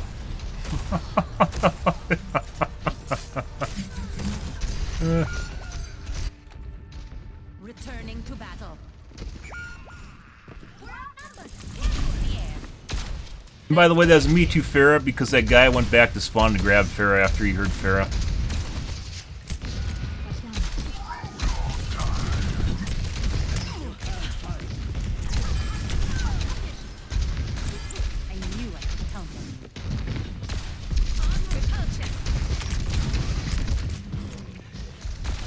Throw hooks, guys. It's a hookless Roadhog. Kite them back through the point.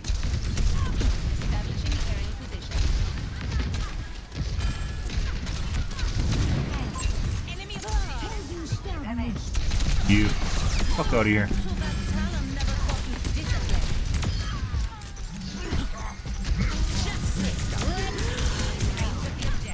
Mercy.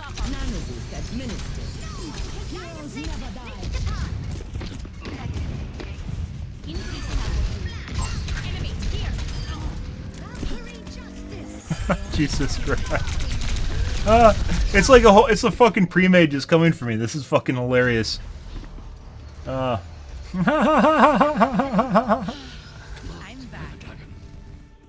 I'm doing alright, but I'm not doing like super good. Their entire team's trying to kill me, and our team's just killing them while they're trying to kill me.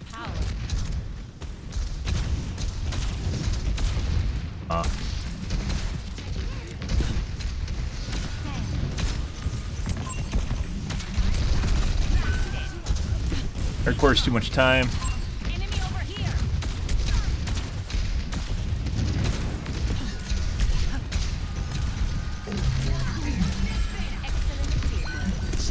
Pointless, and that's a huge waste of her ult. Should have went after the Mercy. Justice reigns from above. Shake it off. He's here. Taking to the air. Let's see. Thanks for the assist. Okay, I guess we're in a touch. And a kiter.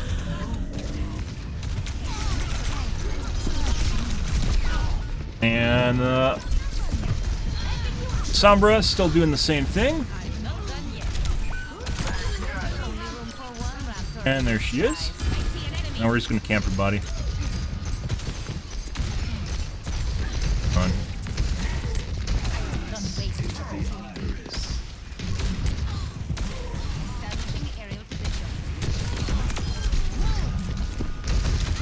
It's like the easiest time to kill the Mercies is when they go for a shift. I think she's on the big med over there. Nesting. Yeah.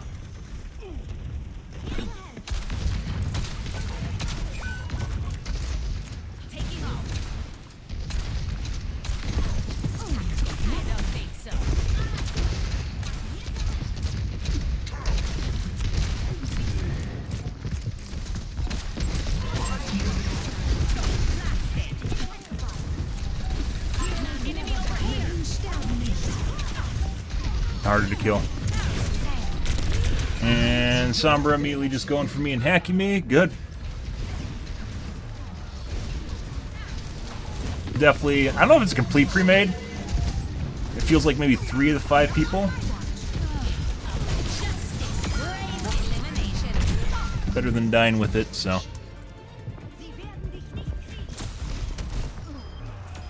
Feels like the Sombra, the Mercy, and the Pharah are all together.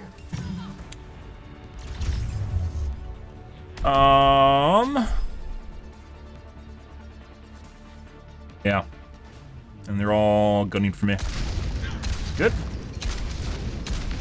Especially annoying with the Sombra that just continually hacks you over and over and over again.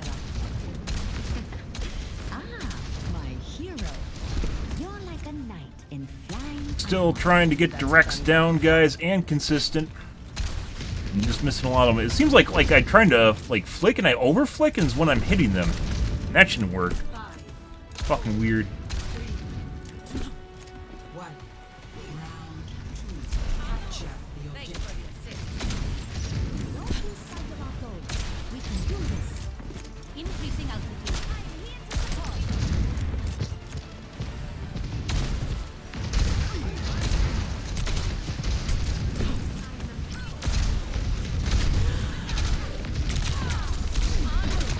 I said.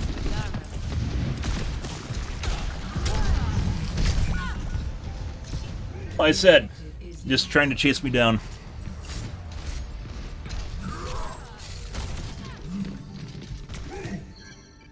Always more to learn. Mercy's heel buying the fuck out of me though. Positioning.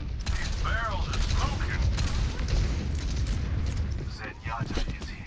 Aerial positioning underway. Fuck off. We're gonna have the Sombra here in a second.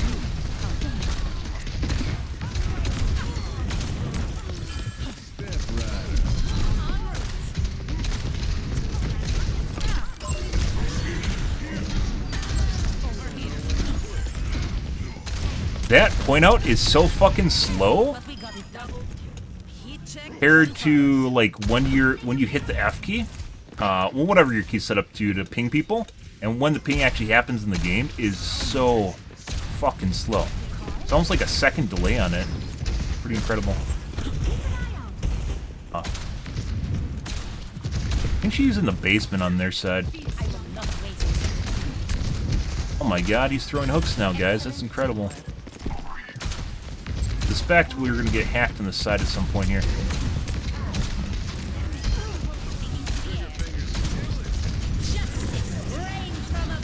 Oh. I just hit her in the, pretty sure direct, it didn't count.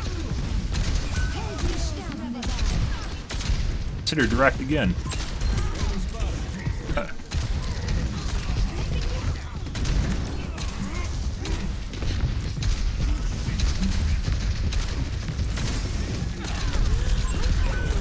Like I'm flicking and it should be hitting, and it's definitely not hitting. I don't know what that is. It's like input delay.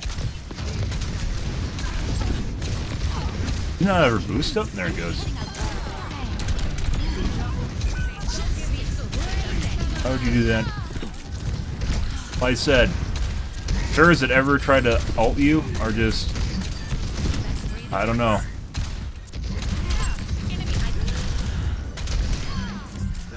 Holy fuck. The rest of the team finally turned around.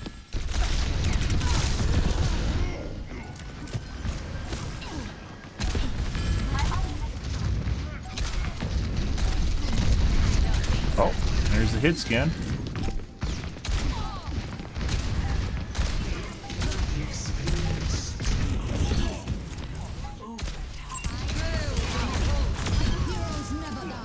Now it's going to be easier, even though they're on hit scan. I can definitely line of sight hit scan better. Good. Pharahs, like if you have a team, guys, that can't take care of Pharah, and you have an enemy team with someone that's aimbotting on it, and literally all they do is basically the aimbotter is going, or the Pharah is going to keep you suppressed, and the aimbotter is going to finish you off. So you have to pay attention to the aimbotter while the Pharah overextends on top of your team, trying to kill you, and eventually they will, because that's what happens when they're given enough time. But Pharahs are not a counter to Pharah. If it's an Echo, Echo's a counter to Pharah. Pharah's not a counter to Pharah.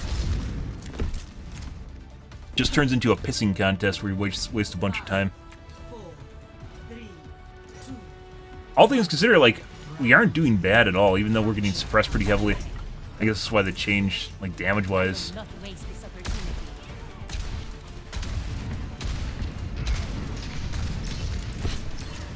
We just heard her.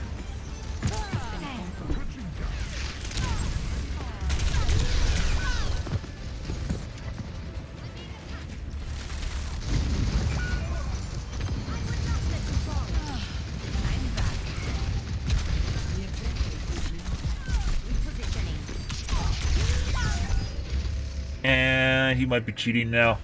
Farrah, like, it didn't look like yeah, he's cheating. On Farrah, it didn't look like he's cheating at all.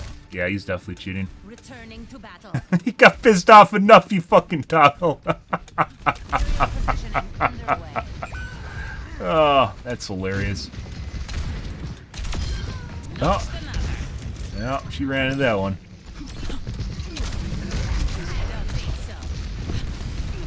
Good.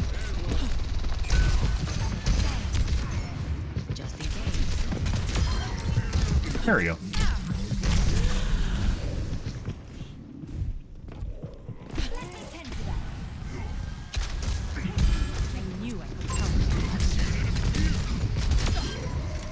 Yeah. I see an enemy. Dispersing. There's much for you to do.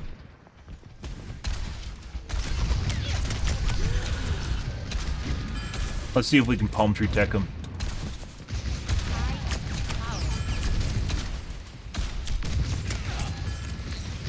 Pretty good. See if it works.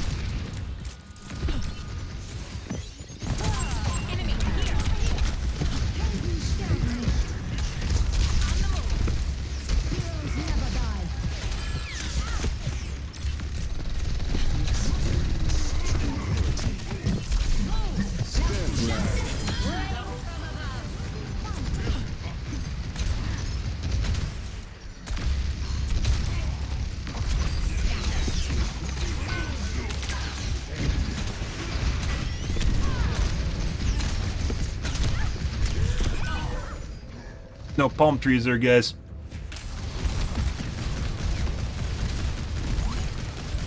Not. Definitely looked like he was snapping to us on the platform earlier. On the move. Up and away.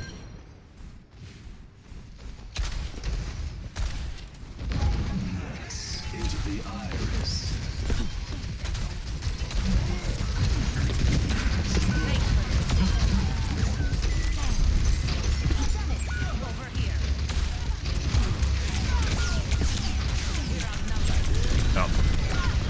Fucking Anna. Or not the Anna Sombra. Yeah, 100% cheating.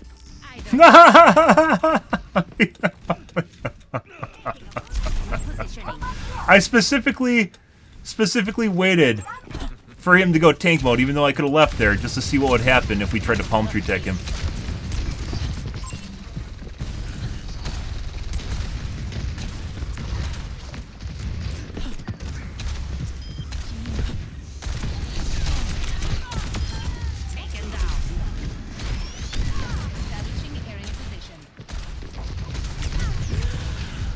Ah, the protective cover of palm trees. Mm.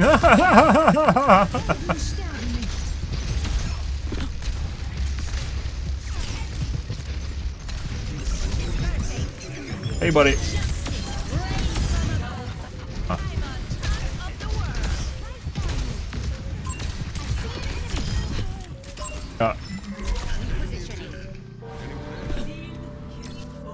By the way, if I stood right above the Bastion, the missiles hurt on the way up as well as down, so you can get shot by the Bastion.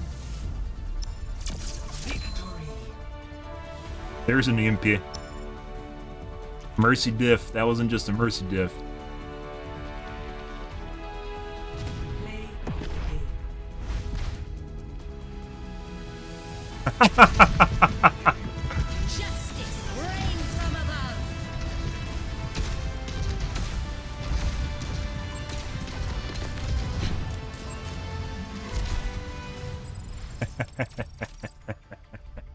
Hands down, most hated character in the game.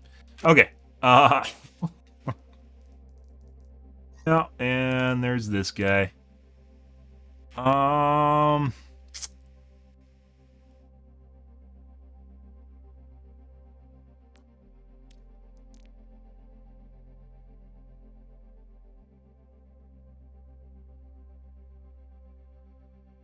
Bastion?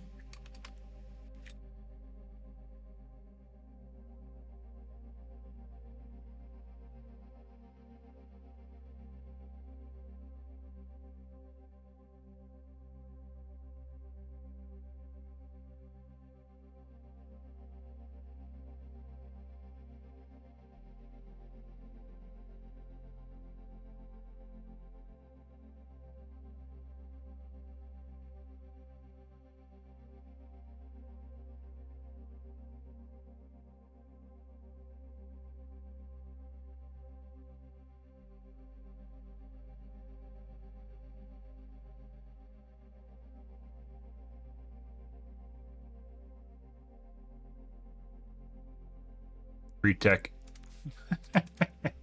So the player wanted to have a pissing contest, they lost at it, and then they toggled fucking hit scan. Hilarious. Yep.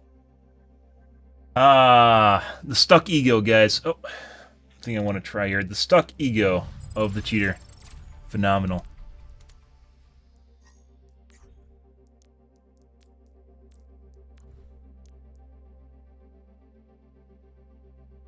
This is just a guy sitting observer for whatever reason on our team. I wish you could see who they joined, like who their friend is that they joined off of. 4450.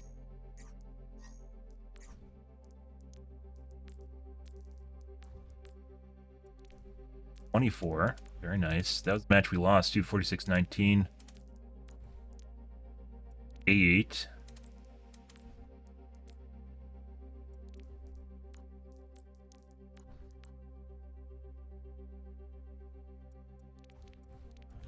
Right. Second, guys.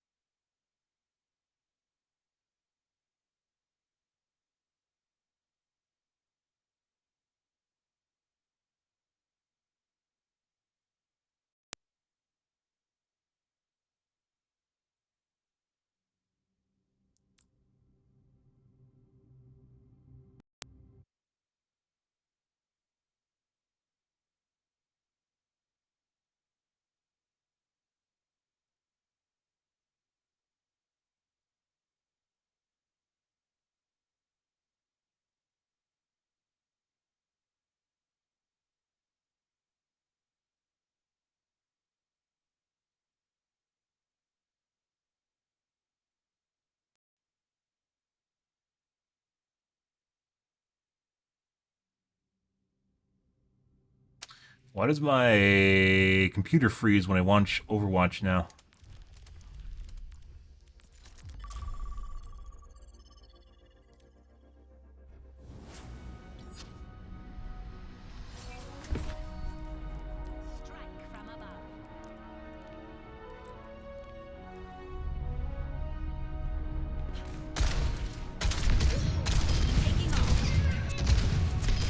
And we're on EU.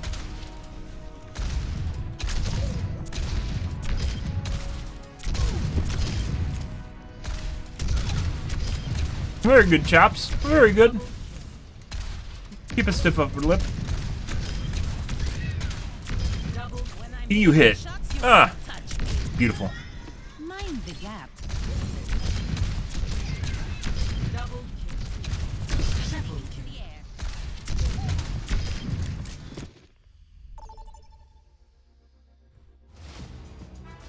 Now traveling to Paris.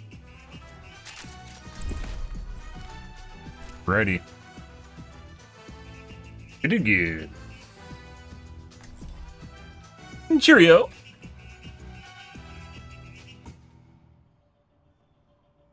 My tummy hurt. Tummy. That.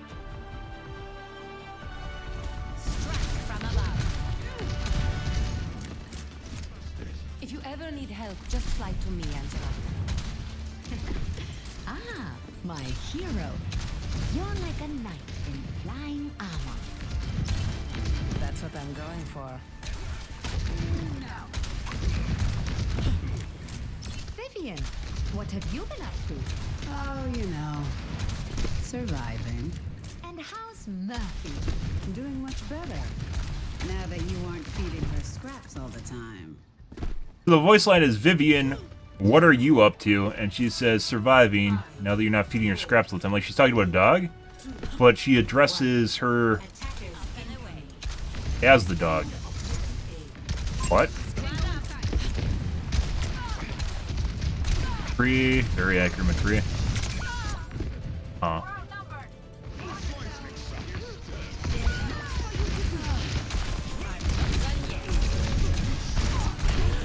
My shots are very delayed for some reason.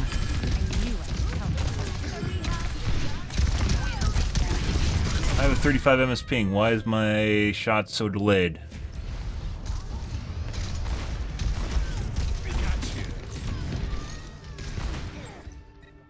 Huh. Shake it off.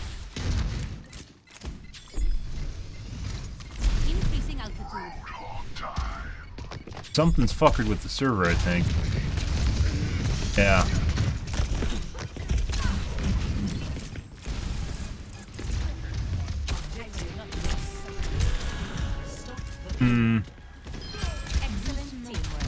This is where a reflex analyzer would be really helpful because you could immediately see the time to fire delay.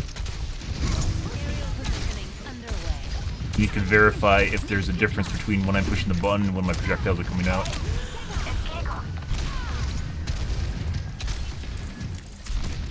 And it looks like the McCree's cheating. We can palm tree attack him, although with a little fence area.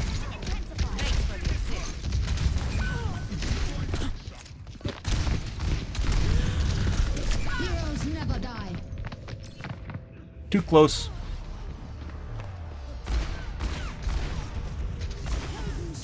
No, actually he went over the top of it and shot my face when I went over the top of the edge. Interesting. It's high time.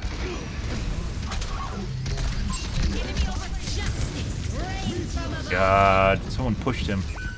God. I just fucking pushed the Hanzo and he didn't actually move. The fuck is that? The fuck was that? Kree is for sure cheating. Hanzo I don't know about yet.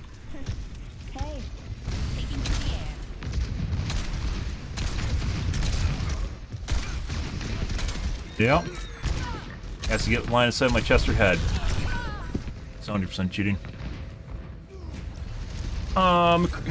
Notice how he doesn't even try to shoot my legs because he can't. Good stuff.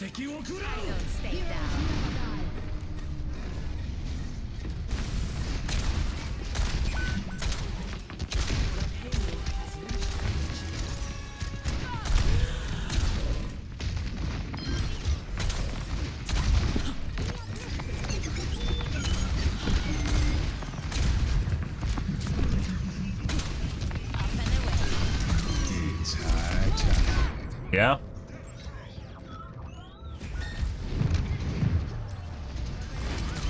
It's high time. The skies await. Soldier en route.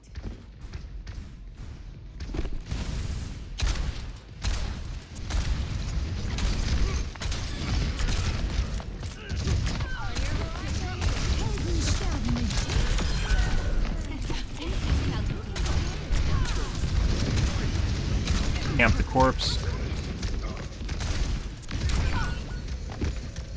Yep.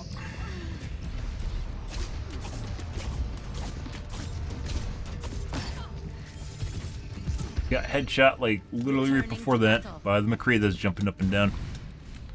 Trying to get line of sight on my face so he can shoot me in the face with his aimbot. Good for him.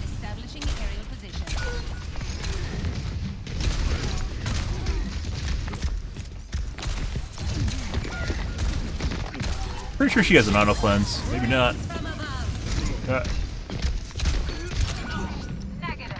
Uh-huh.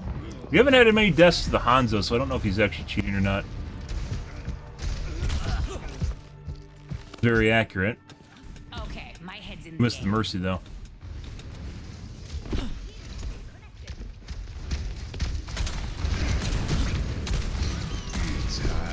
Yeah? Good for you.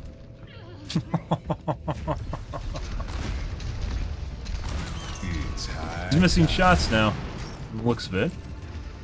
The skies await.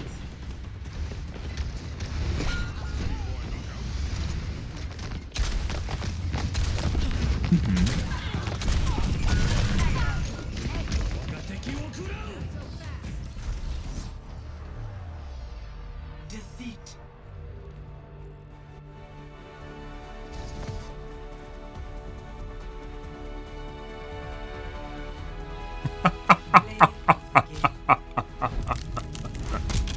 No.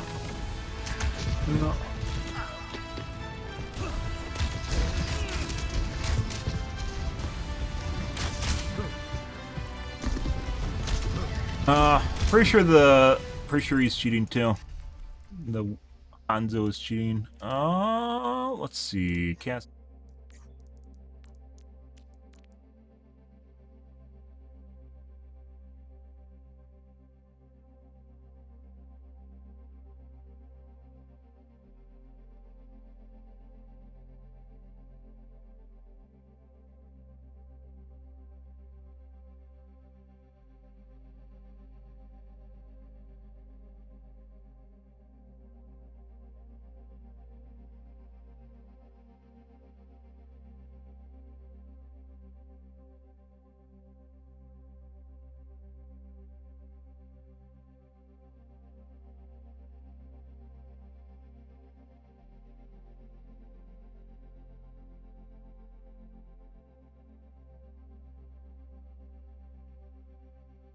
Okay.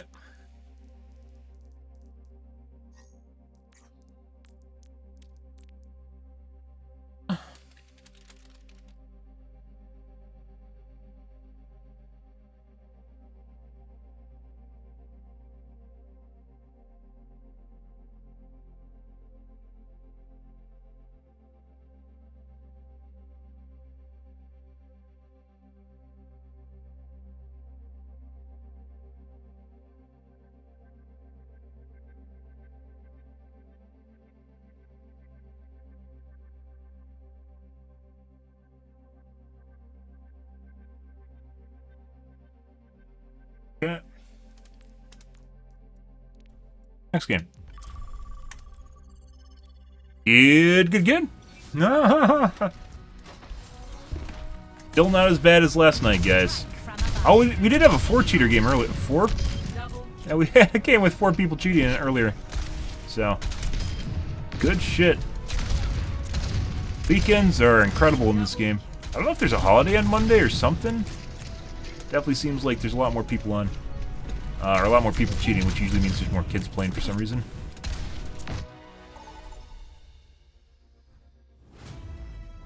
Traveling to repair your defenses. Select your hero. Atheist Pride Day.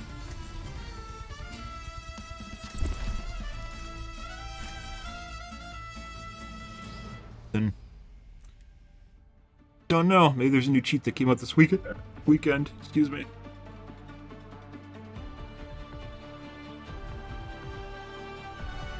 Strike from above. Good. Stay close. I can't Thanks for see the you. assist.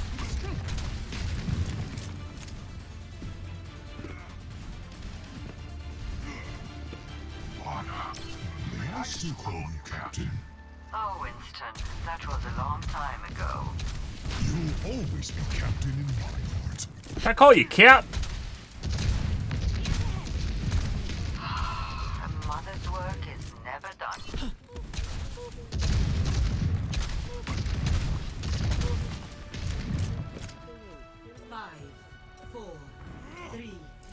Aerial positioning underway. Attackers Hail!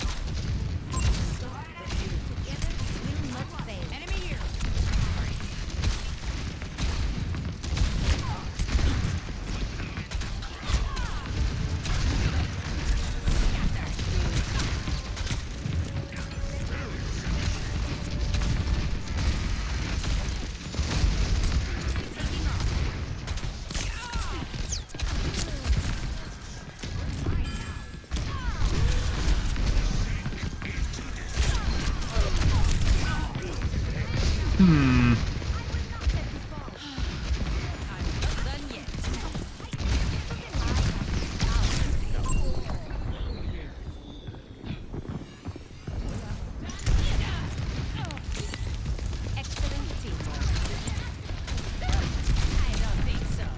Bot grenade.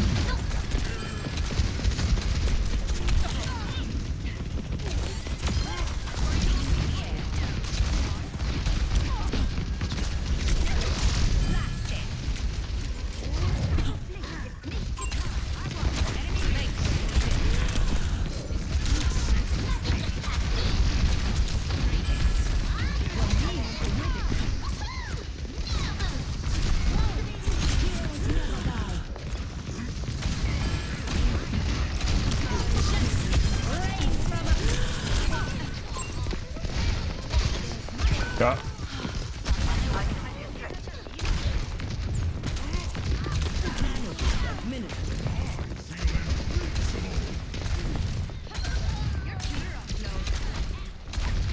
What? What does that mean?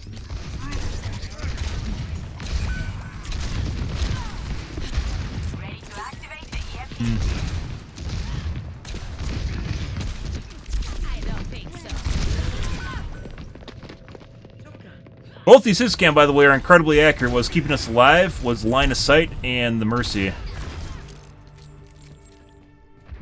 And response time. Reaction time.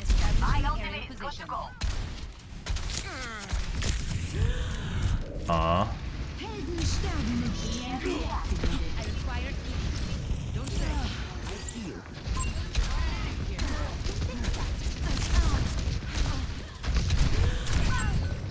And now that we don't have the ledge, by the way, the play on, we're starting to see it. We're going to die a lot.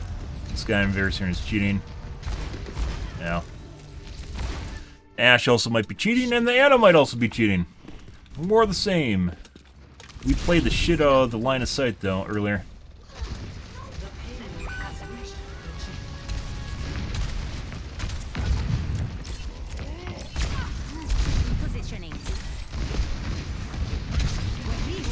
Reaction times are not anything special.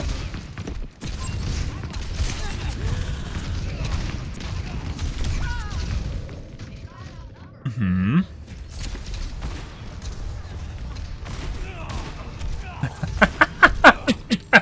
He keeps shooting me through the fucking wall instead of shooting where my head is. He's shooting my chest. 100% cheating. Like he's not even trying to shoot my head that's exposed. It locks on and then he tries to shoot me in the chest. Ah, unbelievable.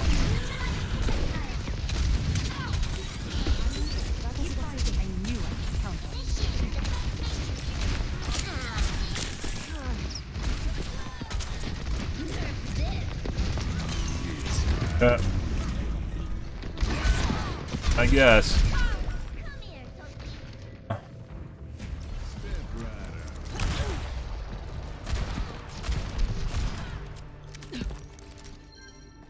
Let's show him some air power. There he is.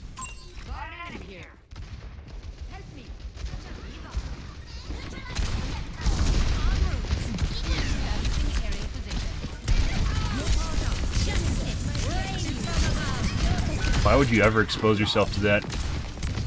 No idea. No. Aimbot grenade, guys. Good. Yep.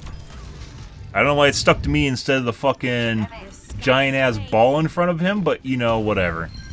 That makes perfect sense. Like, it literally went through the fucking ball and hit me, so... Increasing altitude.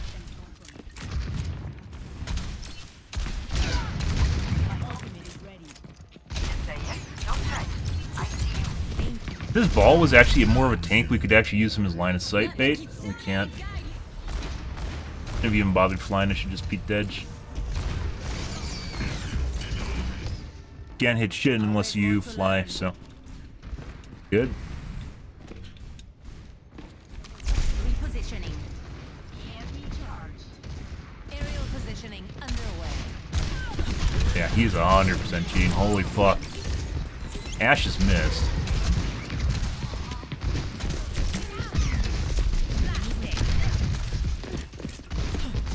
Oh, we got palm tree. Can we palm tree deck?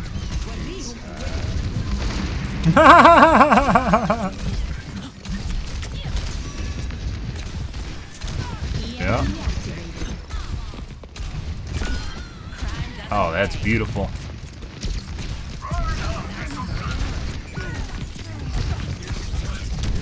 Ooh. Huh?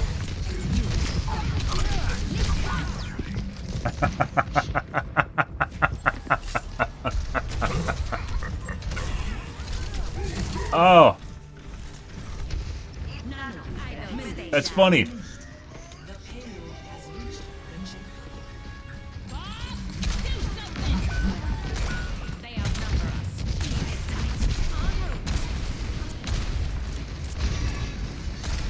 This ledge, unfortunately, is not that great because it's pretty easy to get line of sight on it. So, yeah, like they can shoot that your head is the most exposed thing, and they can easily shoot it because this is what it locks onto. Not a very good ledge. Oh, what's behind door number 1, guys? Oh, it's a Pharaoh! Wow! Never could have guessed what he was looking at through the wall. Oh, gee. Yeah.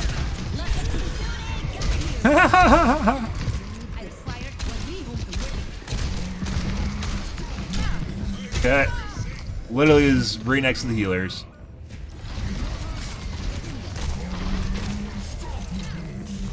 Huh, okay. That's weird. Time to kick some tail. Good.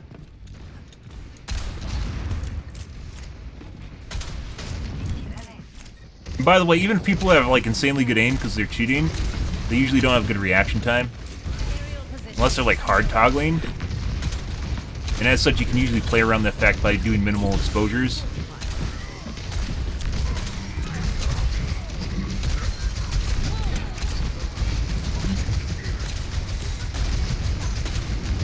And playing around it.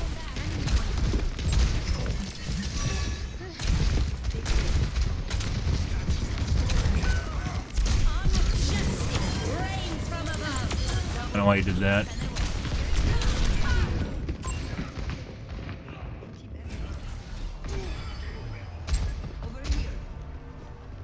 That's where you double ping. If you hit your ping button twice, it puts up the red symbol, which is more visible, and generally people react to it differently. I think most people know when you hit, it's like the same thing. When you ping in an area, it's almost always because you're pinging because someone's there. They were using Reinhardt, huh?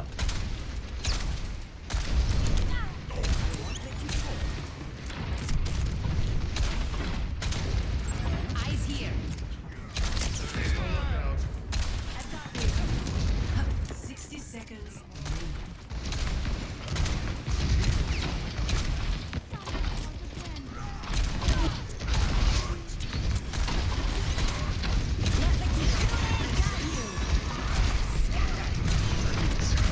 Why is he eating back there? Oh.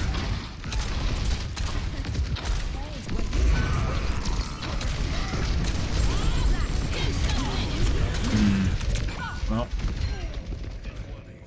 Tried to go for the other side of the wall.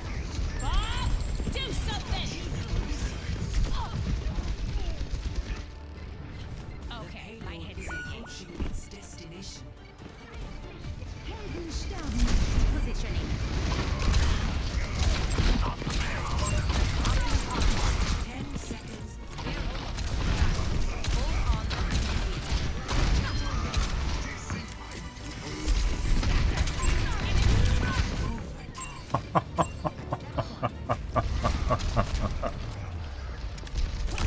Yeah, she's cheating too.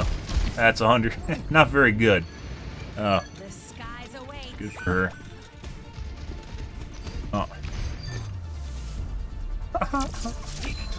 Like, we didn't even do that bad. Like, deaths-wise, oh my god, your deaths are so high! We also did the most damage on the team.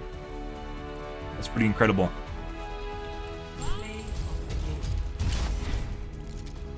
Is that our team?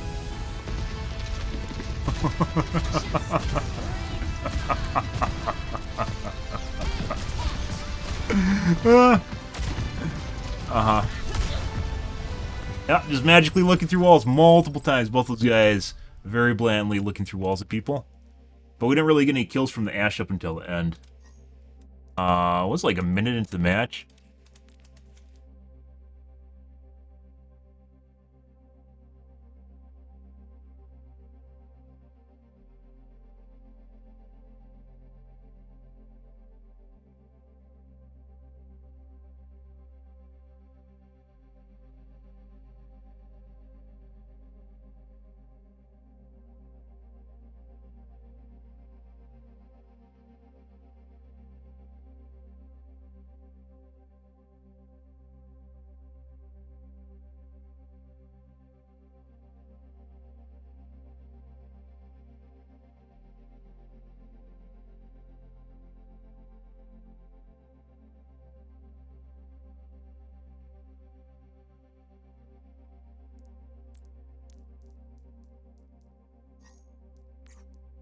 Who's the one that got bitchy? The Zen. Was it Anna? Who was the Zen? Was that the Anna? Yeah. Also thought was possibly cheating. I don't know. They didn't miss at all. It's just they didn't always shoot at me either.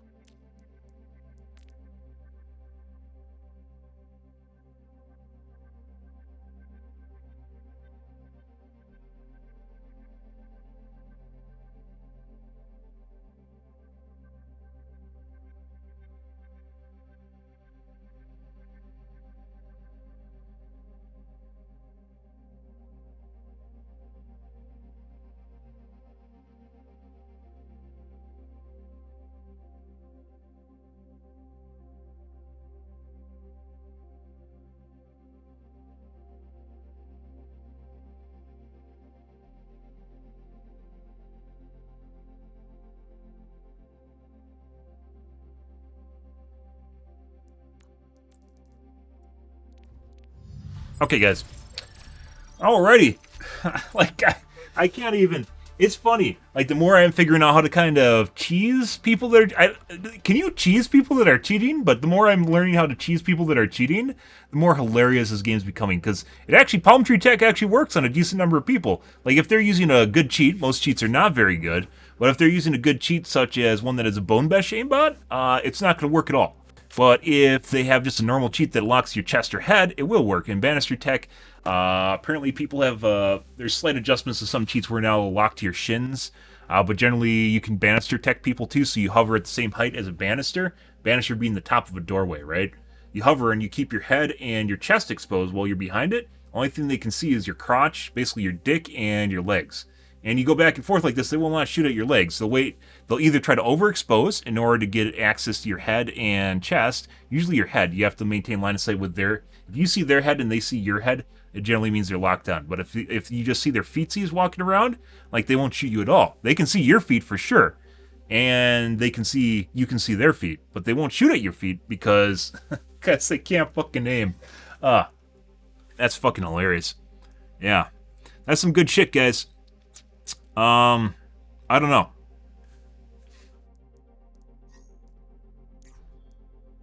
Unbelievable. Palm Tree Tech. Find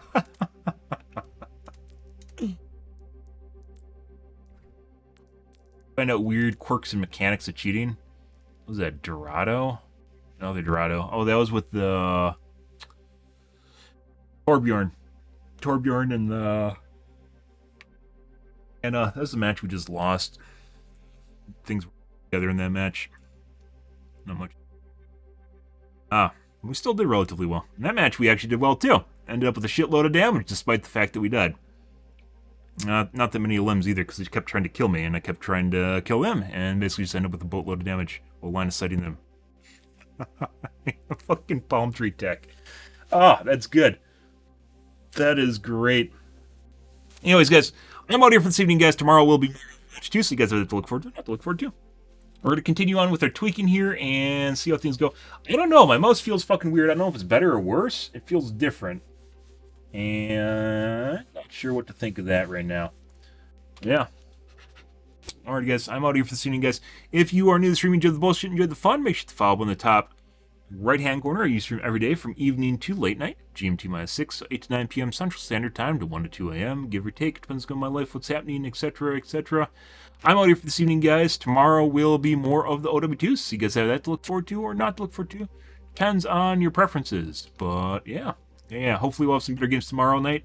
It seems like this weekend has been absolutely enamored with cheaters. And that's just the way it goes. So, yeah. Alrighty, guys. Thanks for watching my stream as always. And I hope you guys have a wonderful, fantastic Sunday night and Monday morning. Have a good day, guys.